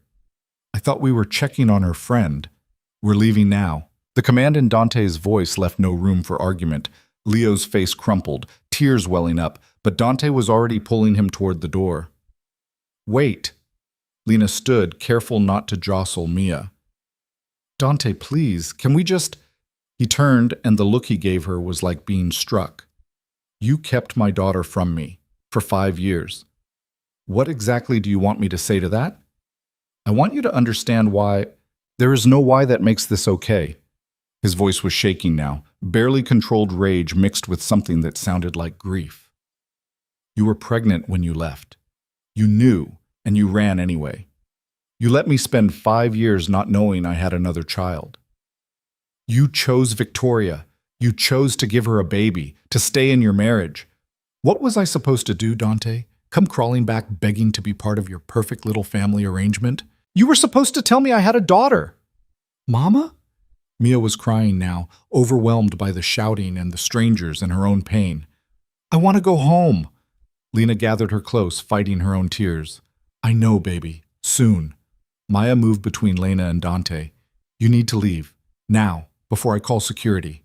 Dante looked like he wanted to argue, wanted to keep fighting, but Leo was crying too, confused and scared, and some part of Dante's paternal instinct kicked in. He scooped his son up, pressing Leo's face against his shoulder. This isn't over, he said to Lena. I know.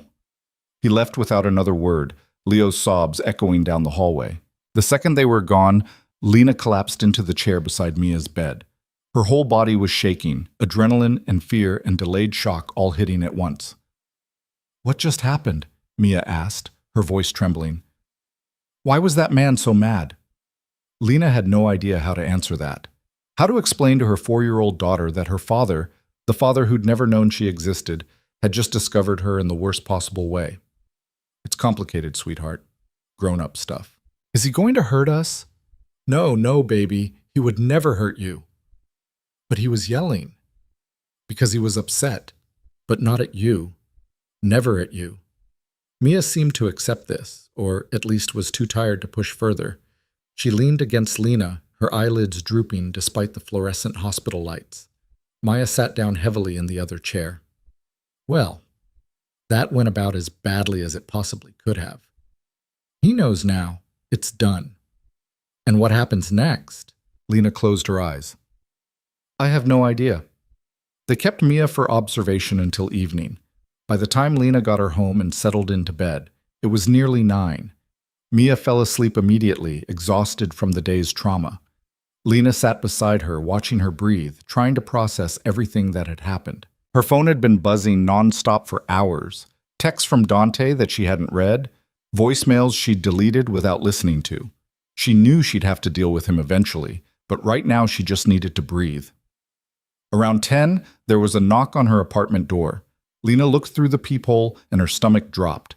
Dante stood in the hallway, alone this time. He looked wrecked, tie loosened, hair disheveled, his expression hollow. Lena considered not answering, but he'd just keep coming back, keep pushing until they had this conversation. Better to get it over with. She opened the door but didn't invite him in. Leo? Asleep at the hotel. I have someone watching him. Dante's voice was rough, like he'd been shouting or crying or both. Can we talk? I don't know what there is to say. Are you serious right now? Lena, I just found out I have a daughter. There's a lot to say. Keep your voice down. Mia's asleep. Mia. He said the name like he was testing it out. That's her name? Yes. After anyone? No, I just liked it. Dante nodded slowly, processing this. Can I come in? Please. I'm not here to fight. I just need to understand. Lena hesitated, then stepped back. 5 minutes, and quiet. He followed her inside, his eyes immediately scanning the small apartment. Taking in the toys scattered across the floor, the crayon drawings stuck to the refrigerator, the evidence of the life Lena had built without him. She looks just like you, he said finally. She has your eyes, your chin. I can't believe I didn't see it before. When you were at the zoo with Leo, at the museum, he stopped, his jaw working. You sat there and watched me with my son while you had our daughter hidden away. How could you do that? You think this was easy for me? Watching you with Leo, knowing Mia existed and I couldn't tell you? It was torture, Dante, every single time. Then why didn't you say something? Because I was terrified. The words burst out of her before she could stop them. Terrified of what you'd do, what you'd try to take from me. You're powerful, connected. What if you decided you wanted custody? What if you thought Mia would be better off in your world with your money and your resources? I couldn't risk it. Dante stared at her like she'd slapped him. You really think I would try to take her from you? I don't know what you'd do. I didn't know 5 years ago, and I don't know now. I would never... His voice broke. She's my daughter, Lena. Our daughter. Do you really think so little of me that you believe I'd rip her away from her mother? Lena sank onto the couch, suddenly exhausted. I don't know what I think anymore. 5 years ago, you chose Victoria. You chose duty and family expectations and a life I could never be part of. So I chose Mia.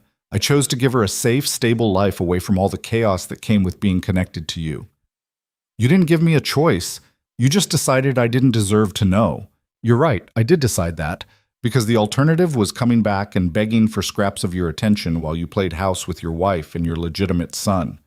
I couldn't do that. I couldn't raise our daughter in the shadows. Dante sat down in the chair across from her, his head in his hands. For a long moment, neither of them spoke. Lena could hear the clock ticking in the kitchen, the distant sound of traffic from the street below. I loved you, Dante said finally, his voice muffled. I know you don't believe that, but I did. I loved you more than I'd ever loved anyone. And when you left, it destroyed me. I spent 2 years trying to find you, trying to figure out where you'd gone, and all that time you were pregnant with my child. I know. Do you? Do you understand what you took from me? I missed everything.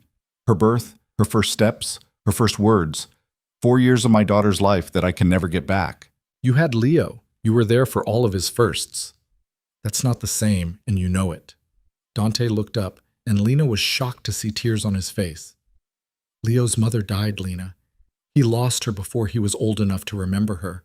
But Mia had you, alive and well, and I wasn't there. She doesn't even know who I am. The pain in his voice cracked something in Lena's chest. I know. I'm sorry. I know that doesn't fix anything, but I am sorry you missed those things. Are you? Because it seems like this worked out perfectly for you. You got to raise her on your own terms. No messy co-parenting, no dealing with my complicated life. You think this was perfect for me? Lena's voice rose despite her effort to stay calm. I was a single mother working full-time while finishing my degree. I had no money, no support, except Maya. I gave birth alone, Dante. I did every night feeding, every diaper change, every doctor's appointment by myself. So don't you dare suggest this was easy or perfect. You chose that. You could have told me, and you would have what? Left Victoria while she was pregnant, abandoned Leo, split your time between two families? There was no good solution, Dante. Just different versions of impossible. He was quiet for a long moment. I would have tried. I would have found a way. Maybe, but I couldn't take that risk. Not with my daughter's well-being. Our daughter. Yes, our daughter, who doesn't know you exist and is sleeping 20 feet away after a traumatic day. So what happens now, Dante? What do you want from me? I want to know her. I want to be her father. Lena's heart clenched. She has a life, a routine, friends at preschool, activities. You can't just walk in and upend everything. I'm not trying to upend anything. But I have rights, Lena. Legal rights as her father. The threat was gentle, but unmistakable. Lena felt ice slide down her spine. Don't do this. Don't make this a legal battle. I don't want to, but I need you to work with me here. He stopped, gathering himself. I need to be part of her life. However we make that work. She doesn't even know who you are. How am I supposed to explain this to her? Hi, sweetie. Remember that man who was yelling in the hospital? That's your dad. Then we figure it out, together. Like we should have done from the beginning. Lena wanted to argue, to push back against the presumption in his voice. But the truth was, she was tired. Tired of hiding, tired of carrying the secret alone. And somewhere beneath the fear and resentment, she felt a flicker of relief. The truth was out. She didn't have to pretend anymore. Slow, she said finally. If we do this, we go slow. You don't get to just show up and be dad overnight. She needs time to adjust. I can do slow. And you have to think about Leo. How is he going to feel about this? He's been getting used to the idea of you having a friend. Now he finds out you have another kid? Dante winced. I know. I have to talk to him. Explain somehow. Good luck with that. They sat in uncomfortable silence. Lena could feel the weight of everything unsaid between them. 5 years of hurt and anger and unresolved feelings. For what it's worth, Dante said quietly, I understand why you ran. I don't agree with the choices you made, but I understand them. I put you in an impossible position, and you did what you thought was best for your child. Our child. Lena nodded, not trusting herself to speak. But we can't change the past. We can only move forward. He stood, moving toward the door. I'm going to give you some space tonight. But tomorrow, I want to see her, properly, not in a hospital room with everyone yelling. Dante, please, Lena, I'm asking, not demanding. Let me start getting to know my daughter. The vulnerability in his voice undid her. Okay, tomorrow afternoon, we can go to the park or something. Neutral ground. Thank you. He paused at the door. Is she okay? From the fall? She will be. No concussion, just bruised and scared. Good. That's good. He looked like he wanted to say something else, but instead he just left, closing the door quietly behind him. Lena sat in the silence of her apartment, trying to process what had just happened. Her secret was out. Dante knew about Mia, and instead of the disaster she'd always feared, they'd actually managed to have a semi-rational conversation. She checked on Mia, who was still sleeping peacefully, oblivious to the fact that her entire world was about to change. I'm sorry, baby, Lena whispered, brushing a kiss against her daughter's forehead. I tried to protect you. I hope someday you'll understand. The next day, Lena spent the morning trying to explain the situation to Mia in terms a 4-year-old could understand. Remember the man from the hospital? She started carefully. Mia looked up from her cereal. The mad one? He wasn't really mad, just surprised. His name is Dante, and he's... Lena took a breath. He's your father. Mia's spoon clattered into her bowl. My father? But I don't have a father. Everyone has a father, sweetie. You just haven't met yours until now. Why not? How to explain this? Because he lived far away, and we lost touch for a while. But now he's here, and he wants to get to know you. Mia processed this with the serious expression she got when trying to understand grown-up concepts. Does he have to be my father if I don't want him to? The question broke Lena's heart. It's not about having to, baby. He is your father. That's just a fact. But you don't have to call him dad if you don't want to, and you don't have to love him right away. Those things take time. Does he love me? I think he wants to. He just needs to get to know you first. Like you got to know Leo? Lena froze. What do you mean? Aunt Maya told me you've been spending time with a little boy named Leo. Is that Dante's other kid? Maya was going to get an earful later. Yes. Leo is Dante's son. He's 4, like you. Mia's eyes went wide. I have a brother? Half-brother, technically. You have the same dad, but different moms. Where's his mom? She died, honey, before Leo was old enough to remember her.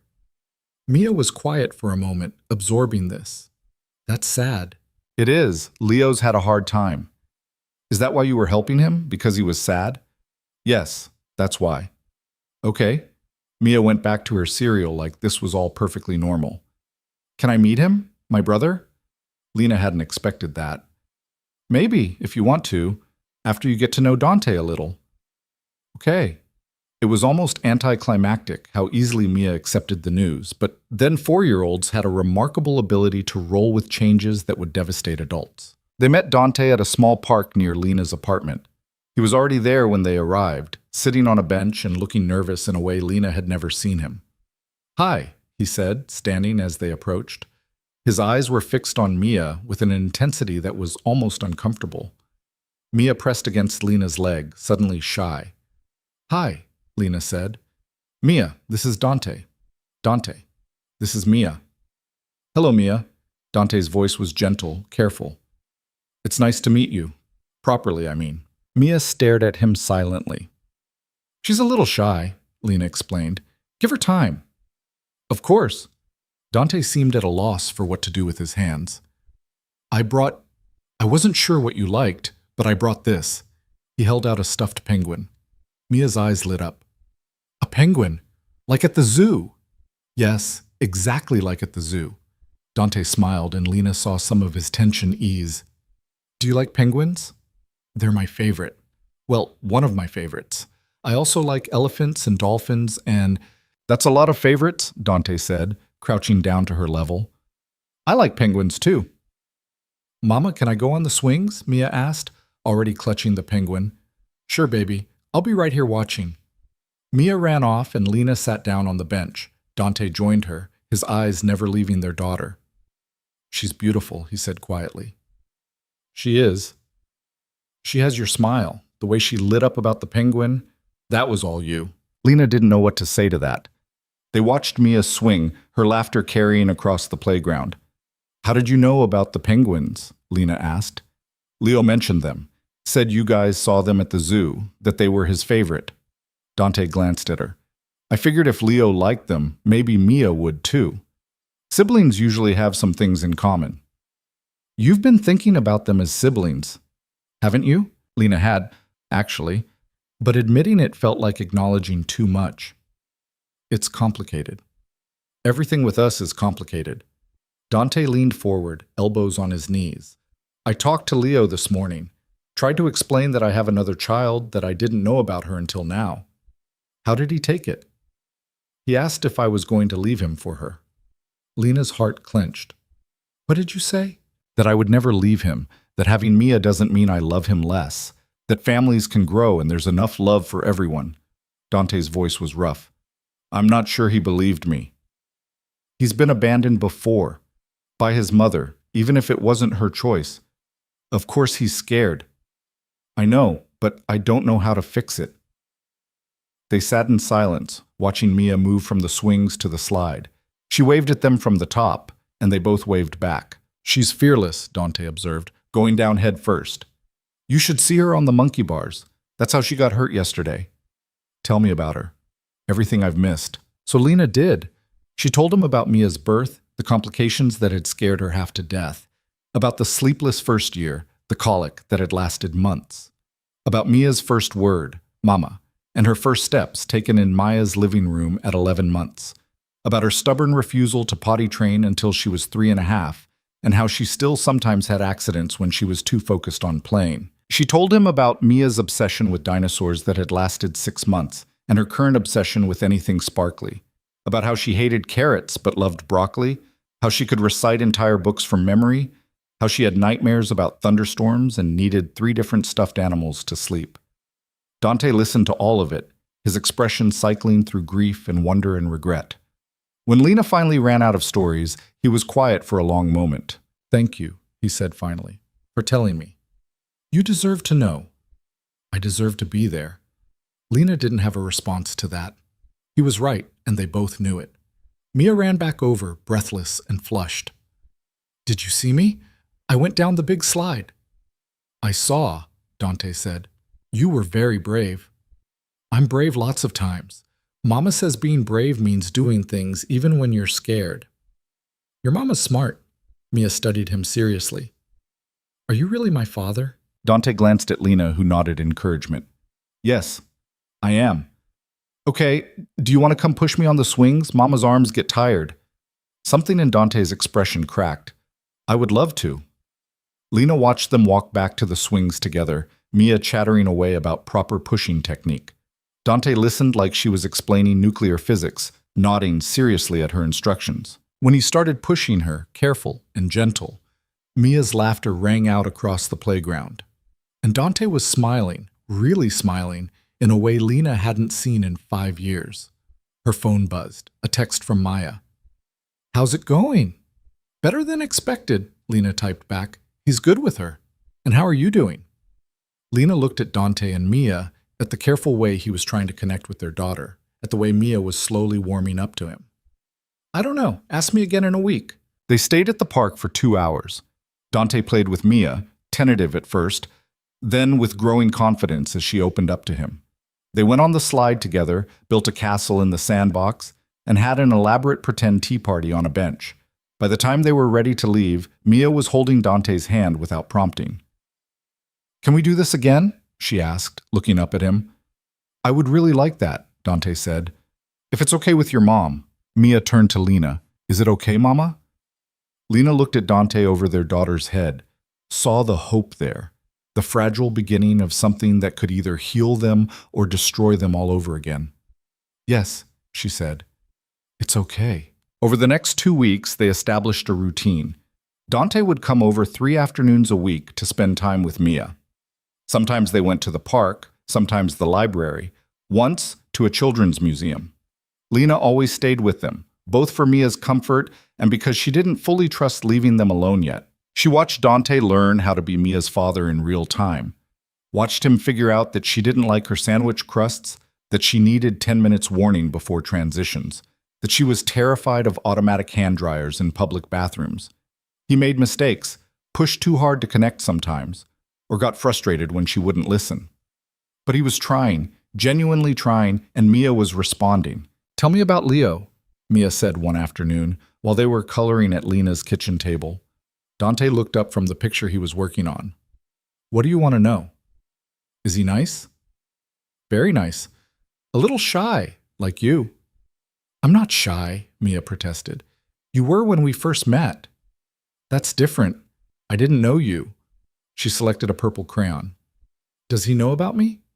"He does. I told him you're his sister." "What did he say?" Dante and Lena exchanged glances. Leo had not taken the news well. He'd cried, insisted it wasn't true, and refused to talk about Mia for 3 days. "He was surprised," Dante said carefully.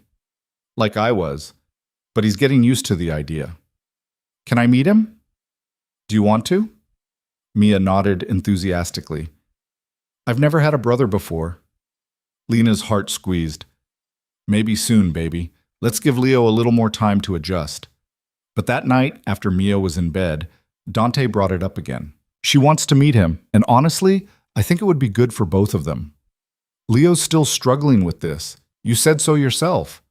"I know, but keeping them separate isn't helping. Maybe if they actually meet, if Leo sees that Mia isn't a threat." "She's 4, Dante. She couldn't be a threat if she tried." "You know what I mean? He's scared I'm going to love her more, spend all my time with her. If he meets her, sees that she's just a little kid like him, maybe it'll help." Lena wanted to say no, wanted to keep Mia protected from potential rejection or hurt. But Dante had a point. The longer they waited, the bigger deal it would become. "Okay," she said finally, "but controlled environment, short visit, and if it goes badly, we stop immediately." Agreed. They planned it for the following Saturday. A casual lunch at a family restaurant with both kids, both parents. Low pressure, public, easy to escape if needed. Lena was a nervous wreck the entire morning. She changed Mia's outfit 3 times, rehearsed what to say, and nearly canceled twice. "It'll be fine," Maya said over the phone. "You're overthinking this." "I'm not overthinking. I'm appropriately anxious about my daughter meeting her half-brother who may or may not hate her for existing." "He's 4. He doesn't hate anyone." "You didn't hear what Dante said? Leo's been having nightmares acting out. This is a big deal for him. And for Mia, which is why you need to stop panicking and just let it happen." Lena took a deep breath. "You're right. Okay. We're doing this." They met at a restaurant that catered to families, loud enough that kid noise wouldn't matter, with crayons and a play area in the back. Dante was already there with Leo when they arrived. Leo looked smaller than Lena remembered, more fragile. He was pressed against Dante's side, his eyes huge and uncertain. Mia, in contrast, bounded up to them with her usual enthusiasm. "Hi, are you Leo? I'm Mia. I'm your sister." Leo stared at her, then looked up at Dante. "She's loud." "I'm not loud," Mia protested. "I'm excited. There's a difference." Dante bit back a smile. "Leo, can you say hello to Mia?" "Hello," Leo mumbled, not making eye contact. "Do you want to sit together?" Mia asked, already climbing into a chair. "Mama says we can color while we wait for food. Do you like to color?" "I guess. I'm really good at coloring. I stay in the lines mostly. Sometimes I go outside on purpose, though, for effect." "Do you know what effect means?" Leo shook his head. "It means on purpose to make it look cool. Like if I'm coloring a sun, I might make the rays go outside the lines for effect. See?" She demonstrated on the kids' menu the waitress had brought. Leo watched, his expression slowly shifting from wary to curious. "That's actually pretty cool," he admitted. "I know. Want to try?" They bent over their menus, coloring with intense concentration. Lena met Dante's eyes across the table and saw her own relief reflected there. Lunch progressed better than expected. The kids talked about their favorite cartoons. Turned out they liked some of the same shows. Mia told Leo about her preschool, and he told her about the hotel pool he wasn't allowed to go in alone. They compared injuries. Mia's bandaged forehead versus Leo's scraped knee from last week. "You fell off monkey bars?" Leo asked, eyes wide. Yeah, I was trying to go all the way across. I can't do that yet. I'm too scared. Me too now, but I'm going to try again when my head stops hurting. That's brave, Mia grinned. I know. After lunch, they moved to the play area. The kids ran off to the slides and Lena and Dante sat at a nearby table watching them. This is going better than I thought, Lena said. Much better. Dante was smiling, really smiling, for the first time in weeks. Look at them. Mia and Leo were at the top of the slide, deep in conversation about something. Then Mia went down head first, laughing, and Leo followed, feet first, but still braver than usual. She's good for him, Dante observed. He's always so serious, so scared of everything. But she makes him want to try. He's good for her too. She needs someone to talk to besides adults. They watched the kids play, gradually relaxing as it became clear this wasn't going to be a disaster. Eventually, Mia and Leo came running back over. Can Leo come to our house? Mia asked, breathlessly. I want to show him my dinosaurs. Lena glanced at Dante. I don't know, honey. Maybe another time. Please, Mama. Please, please, please.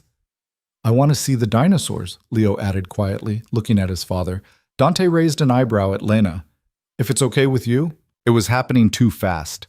But both kids were looking at her with such hope that Lena couldn't bring herself to say no. Okay, for a little while. The kids cheered and ran back to play. Dante leaned closer to Lena, his voice low. Thank you. Don't thank me yet. We still have to survive them both being in my apartment. I have a feeling they're going to be trouble together. Absolutely. But maybe the good kind. At Lena's apartment, the kids immediately disappeared into Mia's room. Lena could hear them chattering, Mia showing Leo her collection of plastic dinosaurs, and explaining the difference between a T-Rex and an Allosaurus. Dante stood in the living room looking slightly lost. Coffee? Lena offered. Please. She made coffee while he examined the photos on her refrigerator. Mia at every age, her life documented in snapshots he'd never seen. This one. He pointed to a picture of newborn Mia, red-faced and screaming. When was this? About an hour after she was born. She was not happy about being outside the womb. She was so small. 6 pounds, 8 ounces, perfect despite coming early. Dante stared at the photo for a long moment. I wish I'd been there. I know. Do you? Do you really understand what it feels like to have missed all of this? Lena handed him a mug. I understand it hurts. I understand you're angry about it.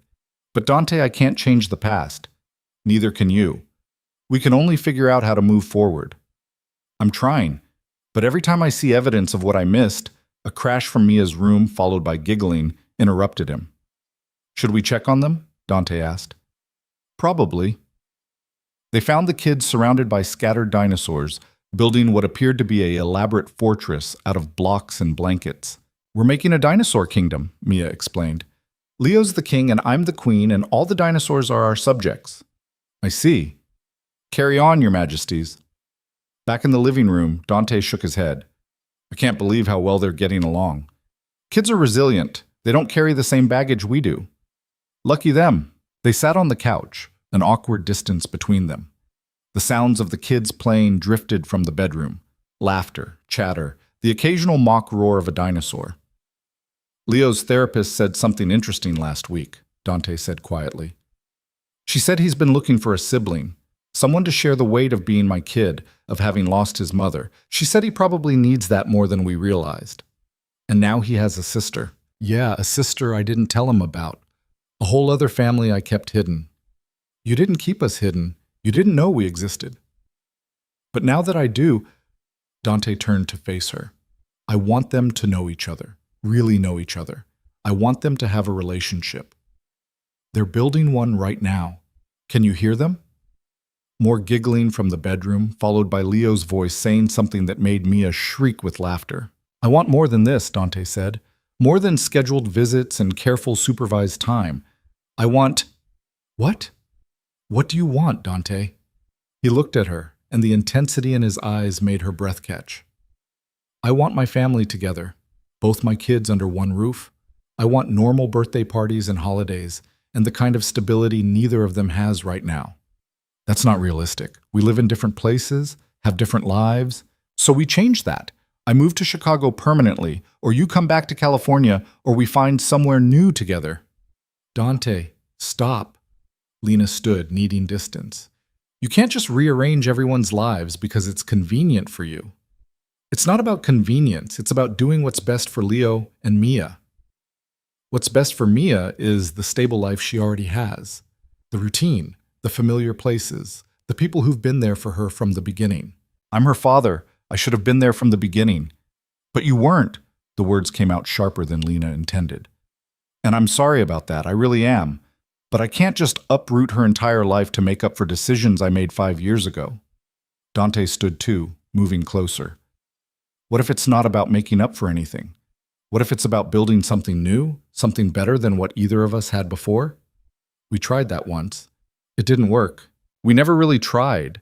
We had an affair that was doomed from the start because I was too much of a coward to leave my marriage. He was close enough now that Lena could see the flecks of gold in his dark eyes. But I'm not married anymore. There's no Victoria, no arrangements, nothing keeping us apart except the walls you've built. Those walls kept me safe, kept Mia safe. From what? From me? I'm not the enemy here, Lena. You're not the enemy. But you're not the solution either. How do you know if you won't even try? Before Lena could respond, Mia appeared in the doorway. Mama, can Leo stay for dinner? Lena stepped back from Dante, putting space between them. I don't know, honey. It's getting late. Please? We want to finish our kingdom. Leo appeared behind Mia. Please, Daddy. Can we stay? Dante looked at Lena, and in his eyes she saw all the things they weren't saying. The pull between them that had never really faded. The possibility of something neither of them was brave enough to name. Okay, she said finally. You can stay for dinner. Dinner that night was chaos in the best possible way. Lena made pasta while the kids set the table, which meant Mia and Leo argued over who got to put out the forks and ended up dropping half of them on the floor. Dante helped clean up the mess, and somewhere in the middle of it all, Lena realized this felt dangerously close to normal. Like a family having dinner together, not a fractured group of people trying to navigate an impossible situation. After they ate, the kids convinced them to watch a movie. Leo fell asleep halfway through, curled up against Dante's side. Mia made it to the end, but was yawning hard by the credits. I should get him back to the hotel, Dante said, quietly, carefully extracting himself from under Leo's sleeping weight. Yeah, and Mia needs to get to bed. They moved through the motions of gathering Leo's things, Dante lifting his son with practiced ease. At the door, he paused. Today was good, he said. It was. Can we do it again? Not just me and Mia, all of us together. Lena looked at him holding Leo, thought about the way both kids had laughed together, the way they'd built their dinosaur kingdom like they'd known each other for years instead of hours. Yeah, we can do it again. Something shifted in Dante's expression, relief mixed with hope. I'll call you tomorrow. Okay. After they left, Lena got Mia ready for bed. Her daughter was practically asleep on her feet, mumbling about Leo and dinosaurs and how she wished she had a brother all the time, not just for visits. Did you have fun today? Lena asked, tucking her in. Leo's nice and funny. He makes different voices for all the dinosaurs. Mia yawned. Mama, is Dante going to be around a lot now? Would you like that? I think so. He's nice too, and he knows about penguins. Lena smiled despite the tightness in her chest. Get some sleep, baby. Mama, do you think... Another yawn interrupted her. Do you think we could all live together sometime, like a real family? The question hit Lena like a physical blow. I don't know, sweetheart. That's complicated. Grown-ups always say that when they mean probably not. When did you get so smart? I've always been smart. You just didn't notice. Mia's eyes were already closing. Love you, Mama. Love you too, baby. Lena sat on the edge of the bed long after Mia fell asleep, trying to quiet the storm of emotions in her chest. Her daughter wanted a family, wanted her father around, wanted her brother, wanted the kind of stability that came from everyone being together. And the terrifying part was that Lena wanted it too. She'd spent 5 years convincing herself she was fine alone, that she didn't need Dante or anyone else. But watching him with both kids today, seeing the way he was trying so hard to be a good father, the way he looked at her when he thought she wasn't watching. It had awakened something she'd thought was dead. Her phone buzzed, a text from Dante. "Thank you for today.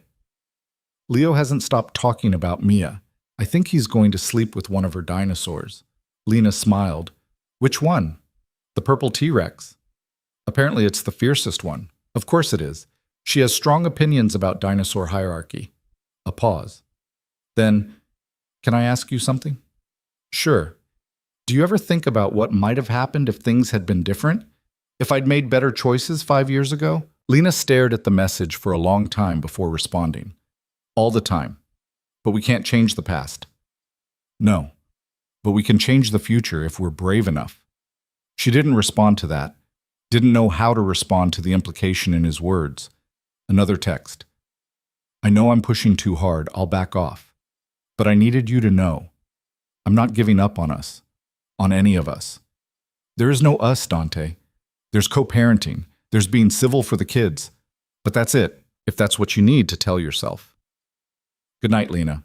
She set her phone down, frustrated and confused and wanting things she had no business wanting. Over the next month, they fell into a new rhythm. Dante and Leo had moved out of the hotel into a furnished apartment in Lena's neighborhood, close enough for easy visits, but not so close that she felt suffocated. The kids saw each other several times a week, sometimes with both parents present, sometimes just with Dante, or just with Lena. It was working, mostly. The kids were bonding in a way that made Lena's heart swell. They'd invented elaborate games involving dinosaurs and dragons and complex rules only they understood. They had inside jokes, their own language. Leo was coming out of his shell, smiling more, having fewer nightmares. Mia loved having someone to play with who wasn't an adult.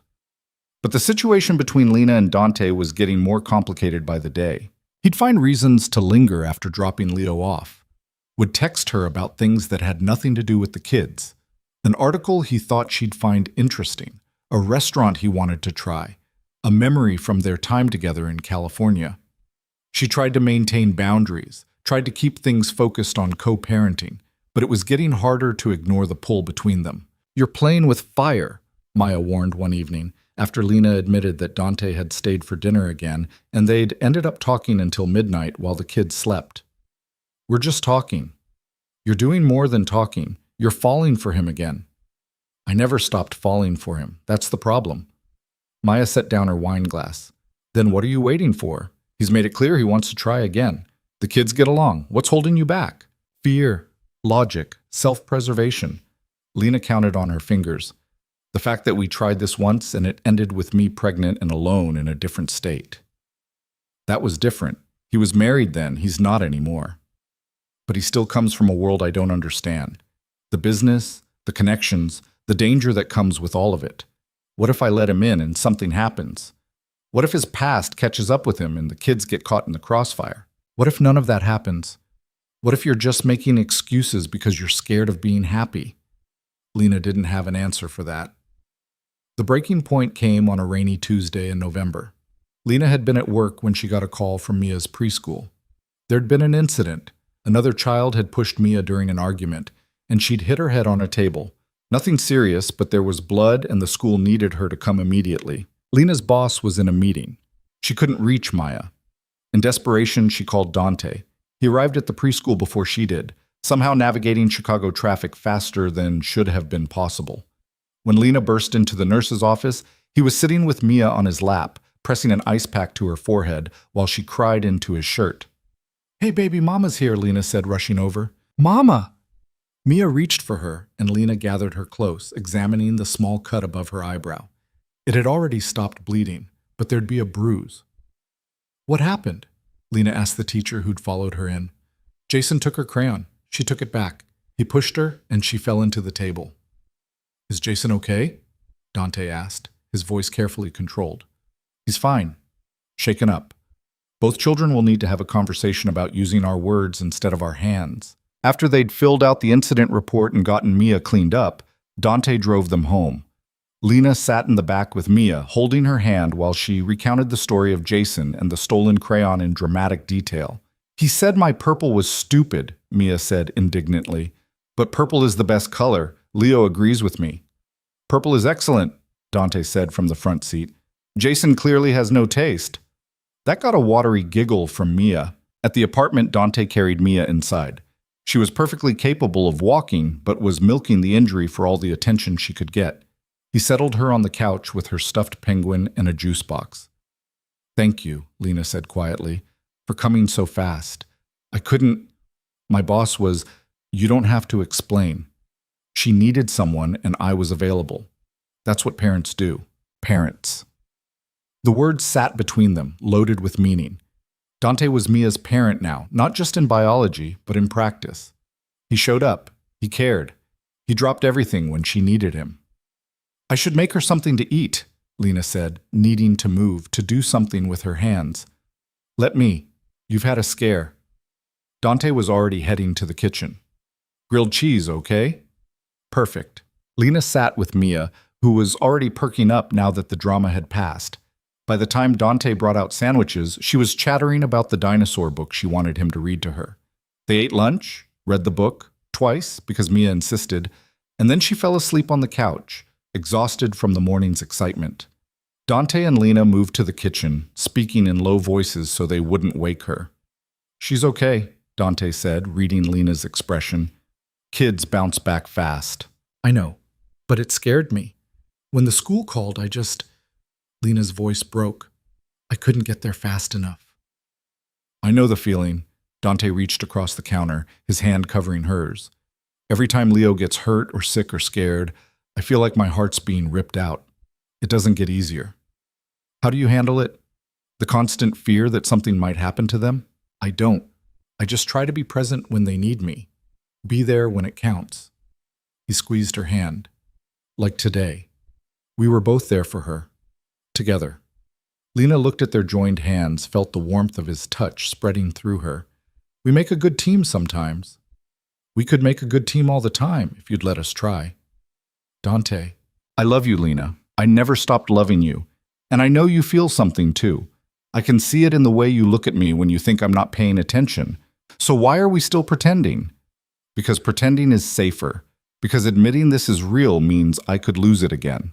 Or it means you could have everything you've been too scared to ask for. Dante moved around the counter, standing close enough that she could feel the heat of him.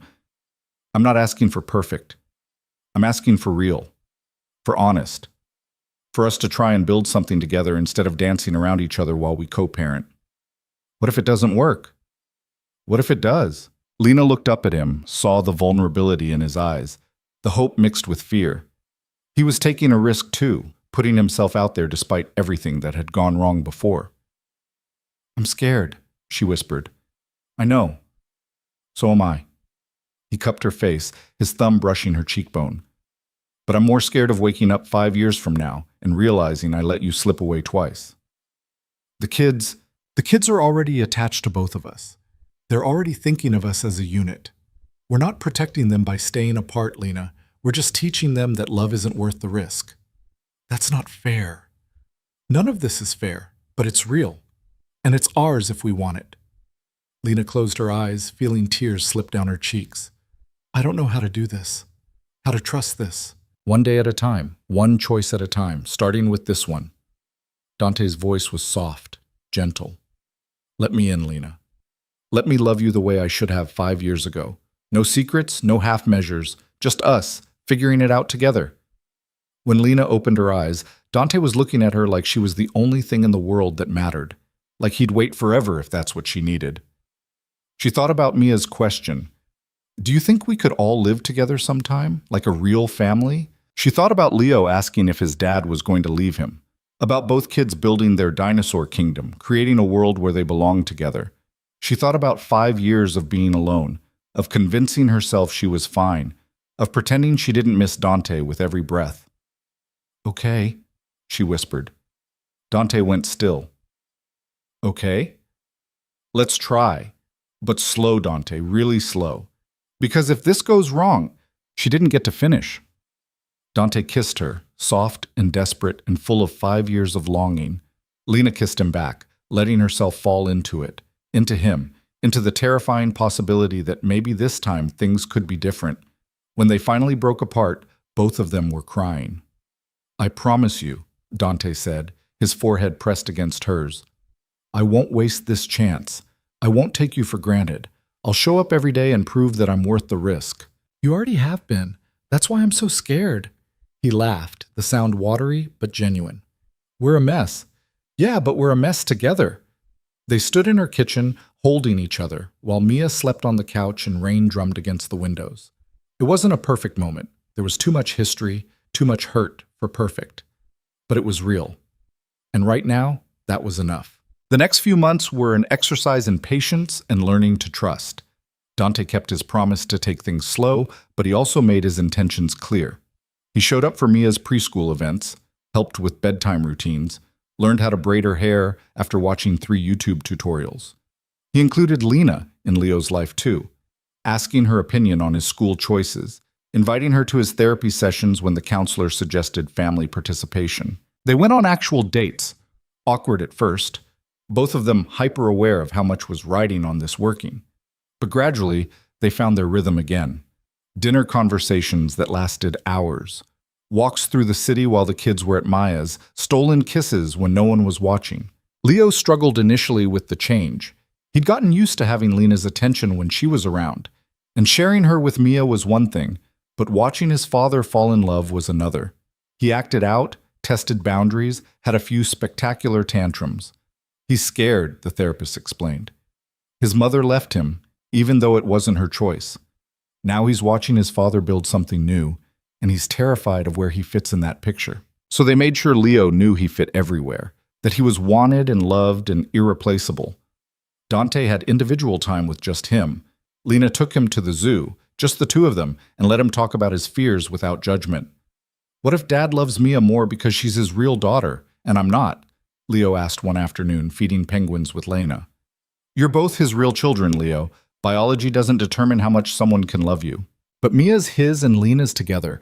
I'm just from his old wife who died." Lena knelt down, making sure she had his full attention. "Listen to me. Your dad loves you so much it actually scares him sometimes. I've seen it. The way he worries about you, the way he'd do anything to keep you safe and happy. That's not going to change because Mia's in the picture or because your dad and I are together. You promise?" "I promise." "And Leo, I love you too. Not because I have to, but because you're you, because you're brave and kind and you make my daughter laugh. You're part of this family now and nothing's going to change that." Leo threw his arms around her neck, holding tight. "I love you too.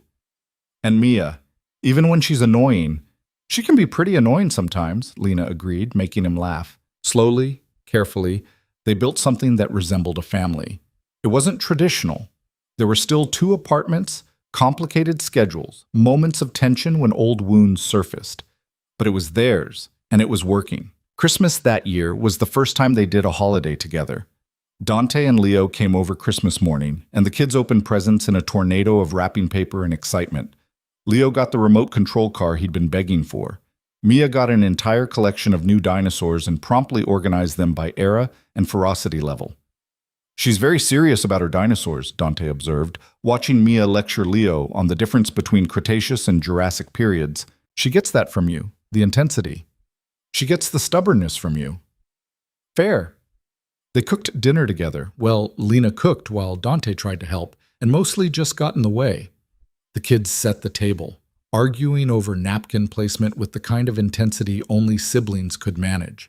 And when they finally sat down to eat, Lena looked around the table and felt something she hadn't felt in years. Complete. "What are you thinking?" Dante asked softly, while the kids debated whether or not Turkey counted as a dinosaur descendant. "That I'm happy, terrified, but happy." "Good terrified or bad terrified?" "Both. The kind that means this matters enough to be scary." He laced his fingers through hers under the table. "I'm terrified too.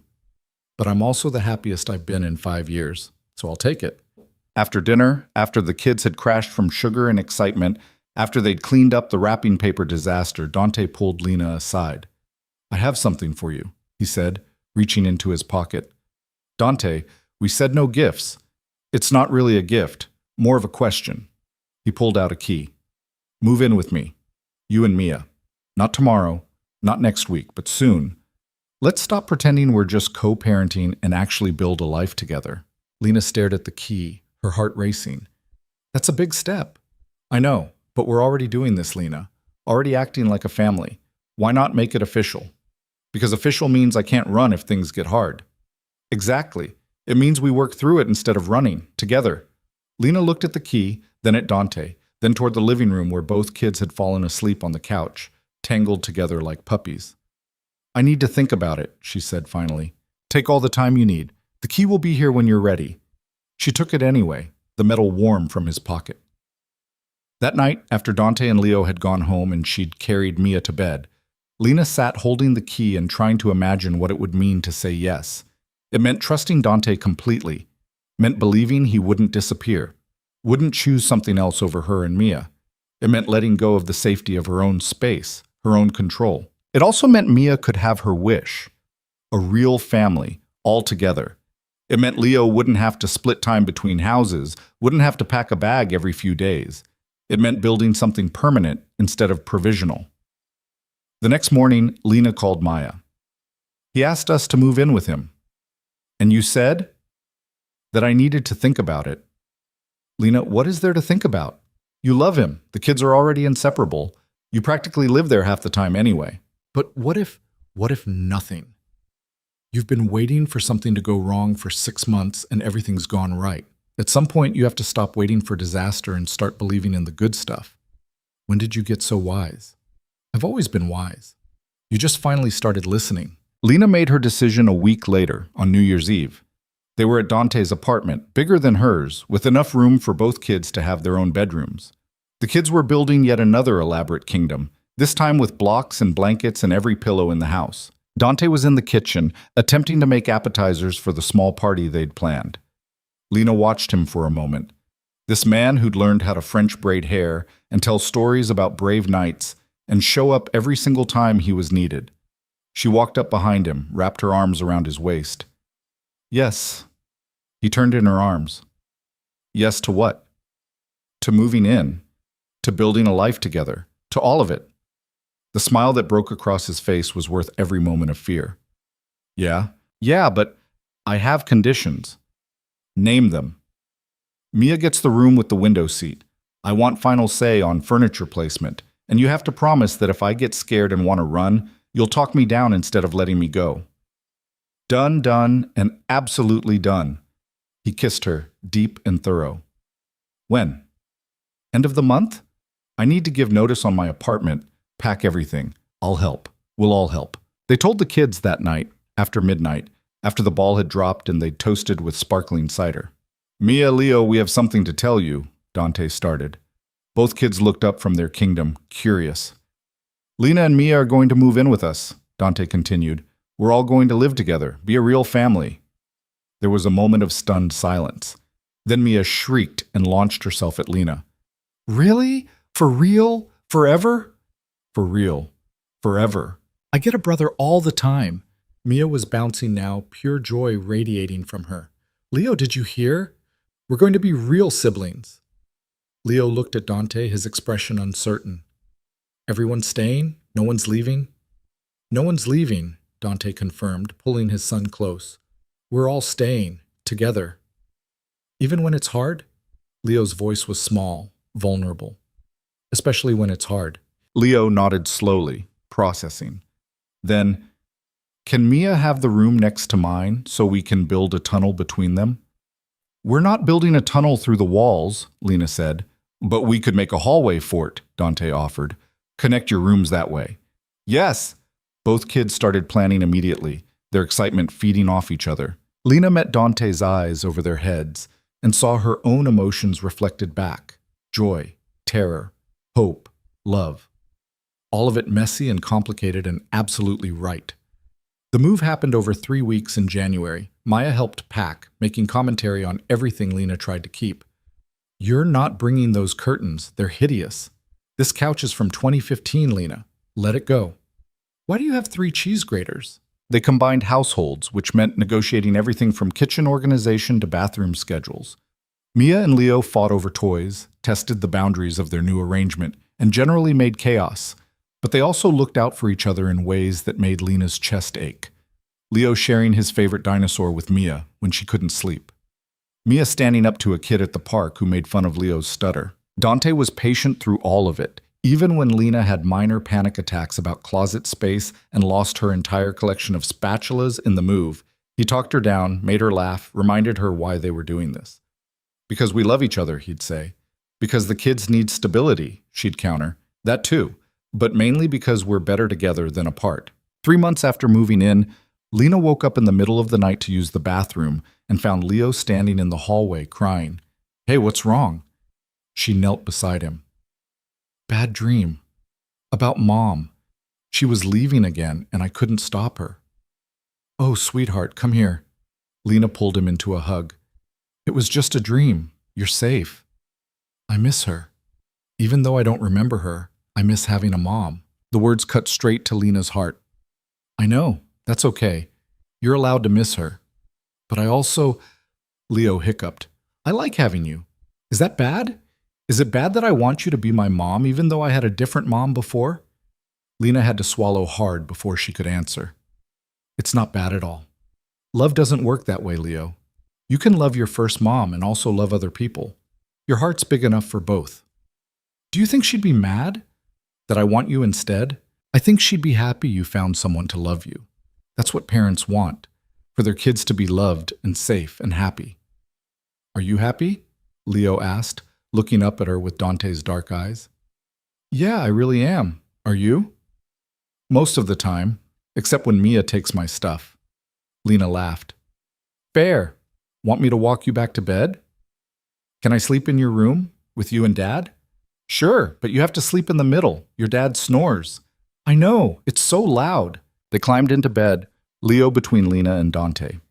Dante woke up long enough to register his son was there, pulled him close, and went back to sleep. Lena lay awake, listening to both of them breathe, and felt something settle in her chest. This was her family. Messy, complicated, built from broken pieces. But hers. Spring brought new challenges and new joys. Dante had fully extricated himself from his family's business, using his connections to build something legitimate, a foundation focused on helping at-risk youth access education and healthcare. Lena came on board part-time, using her experience from the community health center to shape their programs. They worked well together, bouncing ideas off each other, challenging each other's assumptions. Sometimes they fought, about funding priorities, about organizational structure, about Dante's tendency to micromanage. But they always worked through it, remembering what they were building and why it mattered. The kids started at the same school in the fall. Lena watched them walk in together on the first day, Leo holding Mia's hand because she was nervous about her new classroom. Her heart nearly burst. They're going to be okay, Dante said, reading her mind. I know, when did they get so big? When we weren't looking. He pulled her close, kissing the top of her head. Come on, let's go get breakfast before we both become that couple crying in the parking lot. Too late. I'm already crying. Me too. They were still figuring things out, how to balance work and parenting, how to handle disagreements without falling into old patterns, how to navigate the occasional appearance of people from Dante's past who didn't understand his new life. But they were figuring it out together, and that made all the difference. One evening in October, almost a year after Lena and Mia had moved in, Dante called a family meeting. Both kids groaned. Family meetings usually meant someone was in trouble or there were new chore assignments. No one's in trouble, Dante assured them. I just have something I want to ask. All of you. They gathered in the living room, Leo and Mia on the couch, already whispering theories to each other. Lena in the armchair, curious and slightly nervous. Dante stood in front of them, looking more uncertain than Lena had seen him in months. I've been thinking about our family, about what it means, what we want it to be. And I realized there's something missing. A dog? Mia asked hopefully. Because I've been thinking we need a dog. Not a dog, though we can talk about that later. Dante smiled. I'm talking about making this official, legal, permanent. Lena's heart started racing. Dante! Let me finish. He pulled something from his pocket, a small velvet box. I'm not doing this the traditional way because nothing about us has ever been traditional. But I wanted to ask all of you, not just Lena. He opened the box. Inside were 2 rings, One clearly an engagement ring, the other smaller, simpler.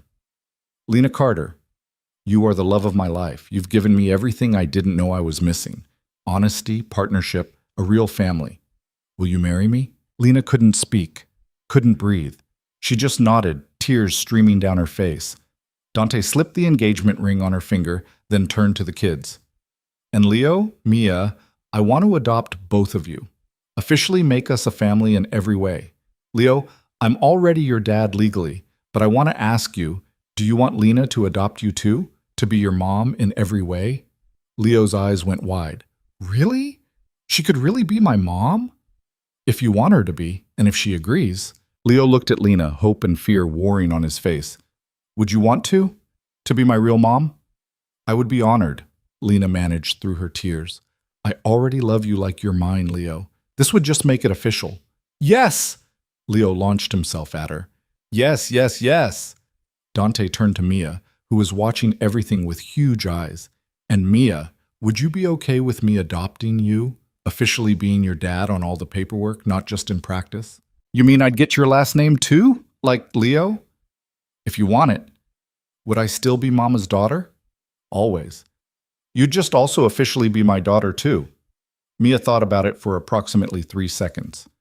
Okay, but I get to keep my middle name, and I get final approval on the adoption paperwork outfit. Everyone laughed, the tension breaking. Deal, Dante said. He pulled out the second ring, a simple band. This is for us. For all of us. It's a family ring. We each get one, so we always remember we chose this. Chose each other. There were 4 rings in the box, Lena realized. 1 for each of them. They put them on together, a mismatched family standing in their living room making promises that had nothing to do with perfection and everything to do with showing up. With trying. With loving each other through the messy, complicated reality of being human. The wedding happened 6 months later in the spring. Small, intimate, just family and close friends. Maya stood up with Lena, crying through the entire ceremony. Marcus was there with their infant son. A few of Dante's cousins who'd supported his choice to leave the family business. Lena's colleagues from work. And Leo and Mia, dressed up and taking their roles as ring bearers seriously. The vows were simple. They'd written them together, sitting at the kitchen table late one night while the kids slept. I promise to show up, Lena said, her voice steady despite her nerves. Even when it's hard. Even when I'm scared. I promise to trust you with my heart and to be worthy of your trust in return. I promise to build a life with you, not just for the kids, but for us. Because we deserve happiness too. Dante's voice was rough with emotion. I promise to never take you for granted, to choose you every day. Not out of obligation, but out of love. I promise to be present for our children, to be the father I should have been from the beginning. And I promise to spend the rest of my life proving that this, what we've built together, was worth every risk. When they kissed, both kids cheered, and Lena felt the last piece of her fear fall away, replaced by something stronger, certainty. The reception was a blur of dancing and laughter and terrible speeches from Maya that made everyone cry. Leo and Mia ran around with the other children, high on cake and attention. At one point, Lena found them in the corner plotting something that probably involved the centerpieces. What are you two scheming? She asked. Nothing, they said in unison, which meant definitely something. We were just thinking, Mia said carefully, now that you guys are married and we're all officially a family, maybe it's time to talk about getting a dog. We're not getting a dog tonight. But someday? Lena looked at Dante, who'd appeared beside her. Your call. You're the one who'd end up walking it. We'll think about it, Dante told the kids. But only if you two start cleaning your rooms without being asked. That's blackmail, Leo observed. That's parenting, Dante corrected. Later, when the party had wound down and the kids were asleep in the hotel room Maya was watching them in, Lena and Dante stood on the balcony looking out at the city lights. We did it, Lena said. We actually made this work. Did you doubt we would? Every single day for the first 6 months. What about now? Lena turned to face him, this man who'd found her twice, who'd fought for their family when it would have been easier to walk away. Now I think we might actually pull this off. Make it to old age together, watch our kids grow up, become those annoying grandparents who give too much sugar and questionable advice. I can't wait. Dante pulled her close. Thank you. For what? For giving me another chance, for trusting me with Mia, for loving Leo, for building this with me. You gave me the same things. We did this together. Yeah, we did. They stood there wrapped in each other while the city spread out below them. And Lena thought about the journey that had brought them here, the mistakes and heartbreak, the 5 years apart, the painful reunion and tentative rebuilding. None of it had been easy. Most of it had been terrifying. But looking at Dante, thinking about their children sleeping nearby, about the life they'd created from the wreckage of their past, Lena knew one thing with absolute certainty. It had been worth it. All of it. 2 years later, Lena stood in the bathroom staring at a positive pregnancy test, her hands shaking. They hadn't been trying. Between work and the kids and building the foundation, they'd barely had time to think about expanding their family. But life had other plans. Lena? You okay in there? Dante's voice through the door. She opened it, held out the test, watched his expression cycle through shock and joy and something that looked like awe. We're having a baby, he whispered. We're having a baby, she confirmed. He pulled her into his arms, holding her like she was made of glass. Are you happy?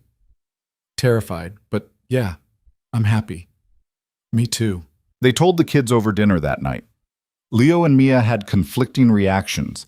Leo was excited, already planning what kind of big brother he'd be. Mia was less enthused about sharing attention with another sibling. Will you still have time for me? She asked, her voice small. Always, Lena promised. There's always time for you, all of you. The pregnancy was easier than her first had been, mostly because she wasn't alone this time. Dante was there for every appointment, every midnight craving, every moment of panic when she worried something might go wrong. The kids helped too, in their way, arguing over baby names, fighting over who got to help decorate the nursery, generally making chaos that kept Lena from overthinking. The baby, a boy they named Marcus, after Maya's husband who'd become like a brother to Dante, arrived on a warm day in September. Leo and Mia met him in the hospital, both awed and gentle in a way that made Lena's heart swell. He's so small, Mia whispered, touching his tiny hand. You were this small once, Lena told her. Really? Really? And Leo was too. We should protect him, Leo said seriously. Make sure nothing bad ever happens to him. That's what big siblings do, Dante agreed, his arm around Leo's shoulders. Watching them all together, her husband, her 3 children, the family she'd built from broken pieces and second chances, Lena felt complete in a way she'd never thought possible. 5 years later, on an ordinary Tuesday evening, Lena stood in her kitchen making dinner while chaos reigned around her. Leo, now 13, was at the table doing homework while simultaneously texting his friends. Mia, 12, and full of preteen attitude, was arguing with Marcus about screen time. Dante was trying to mediate while also answering work emails. It was loud and messy, and exactly the kind of ordinary chaos Lena had once thought she'd never have. Mama, Marcus took my tablet, Mia yelled. Marcus, give it back, Lena said without turning around. But she had it for 2 hours. And now it's dinner time, so nobody gets tablets. Leo, set the table. Mia, help your brother. Marcus, go wash your hands. The kids grumbled, but obeyed, their complaints filling the kitchen with familiar noise.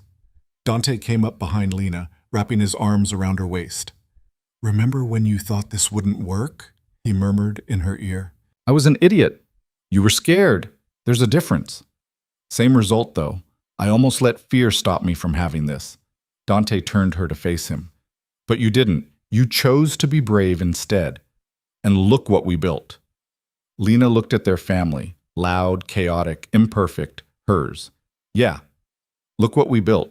That night, after dinner was eaten and homework was finished and Marcus was finally asleep after 3 stories and 2 glasses of water, Lena and Dante sat on their back porch with glasses of wine.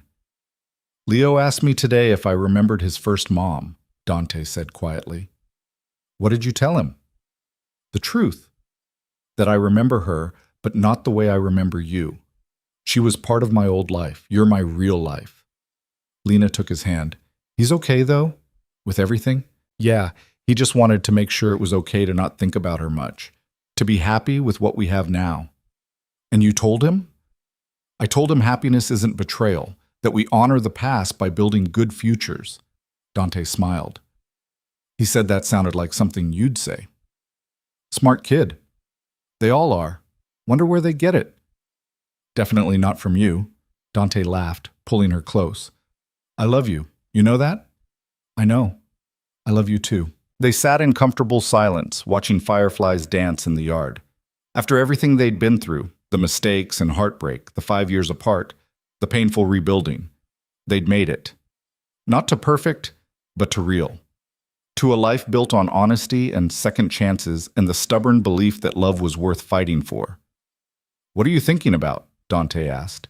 Lena thought about the scared waitress she'd been at 23, falling for a man she couldn't have, about running away pregnant and alone, convinced she was doing the right thing, about the terror of letting Dante back into her life, the fear that history would repeat itself. I'm thinking about how far we've come, how different things could have been if either of us had given up. But we didn't. No, we didn't. Any regrets? Lena looked through the window at their house, at the evidence of the life they'd built. 3 kids sleeping upstairs, photos on the walls documenting years of birthdays and holidays and ordinary moments, a foundation doing work that mattered, a partnership that had survived being tested and emerged stronger. None, she said. Not a single one. And sitting there with Dante under the stars, surrounded by the evidence of everything they'd overcome, Lena understood something she'd been too scared to believe before. Sometimes the stories that start with the worst choices lead to the best endings. Sometimes running away is exactly what you need to do to find your way home. And sometimes, if you're brave enough to take a second chance, you get to build something better than anything you imagined. Their story hadn't been easy. It hadn't been simple or straightforward or free of pain, but it had been real and honest and ultimately worth every terrifying step. That was enough, more than enough. It was everything.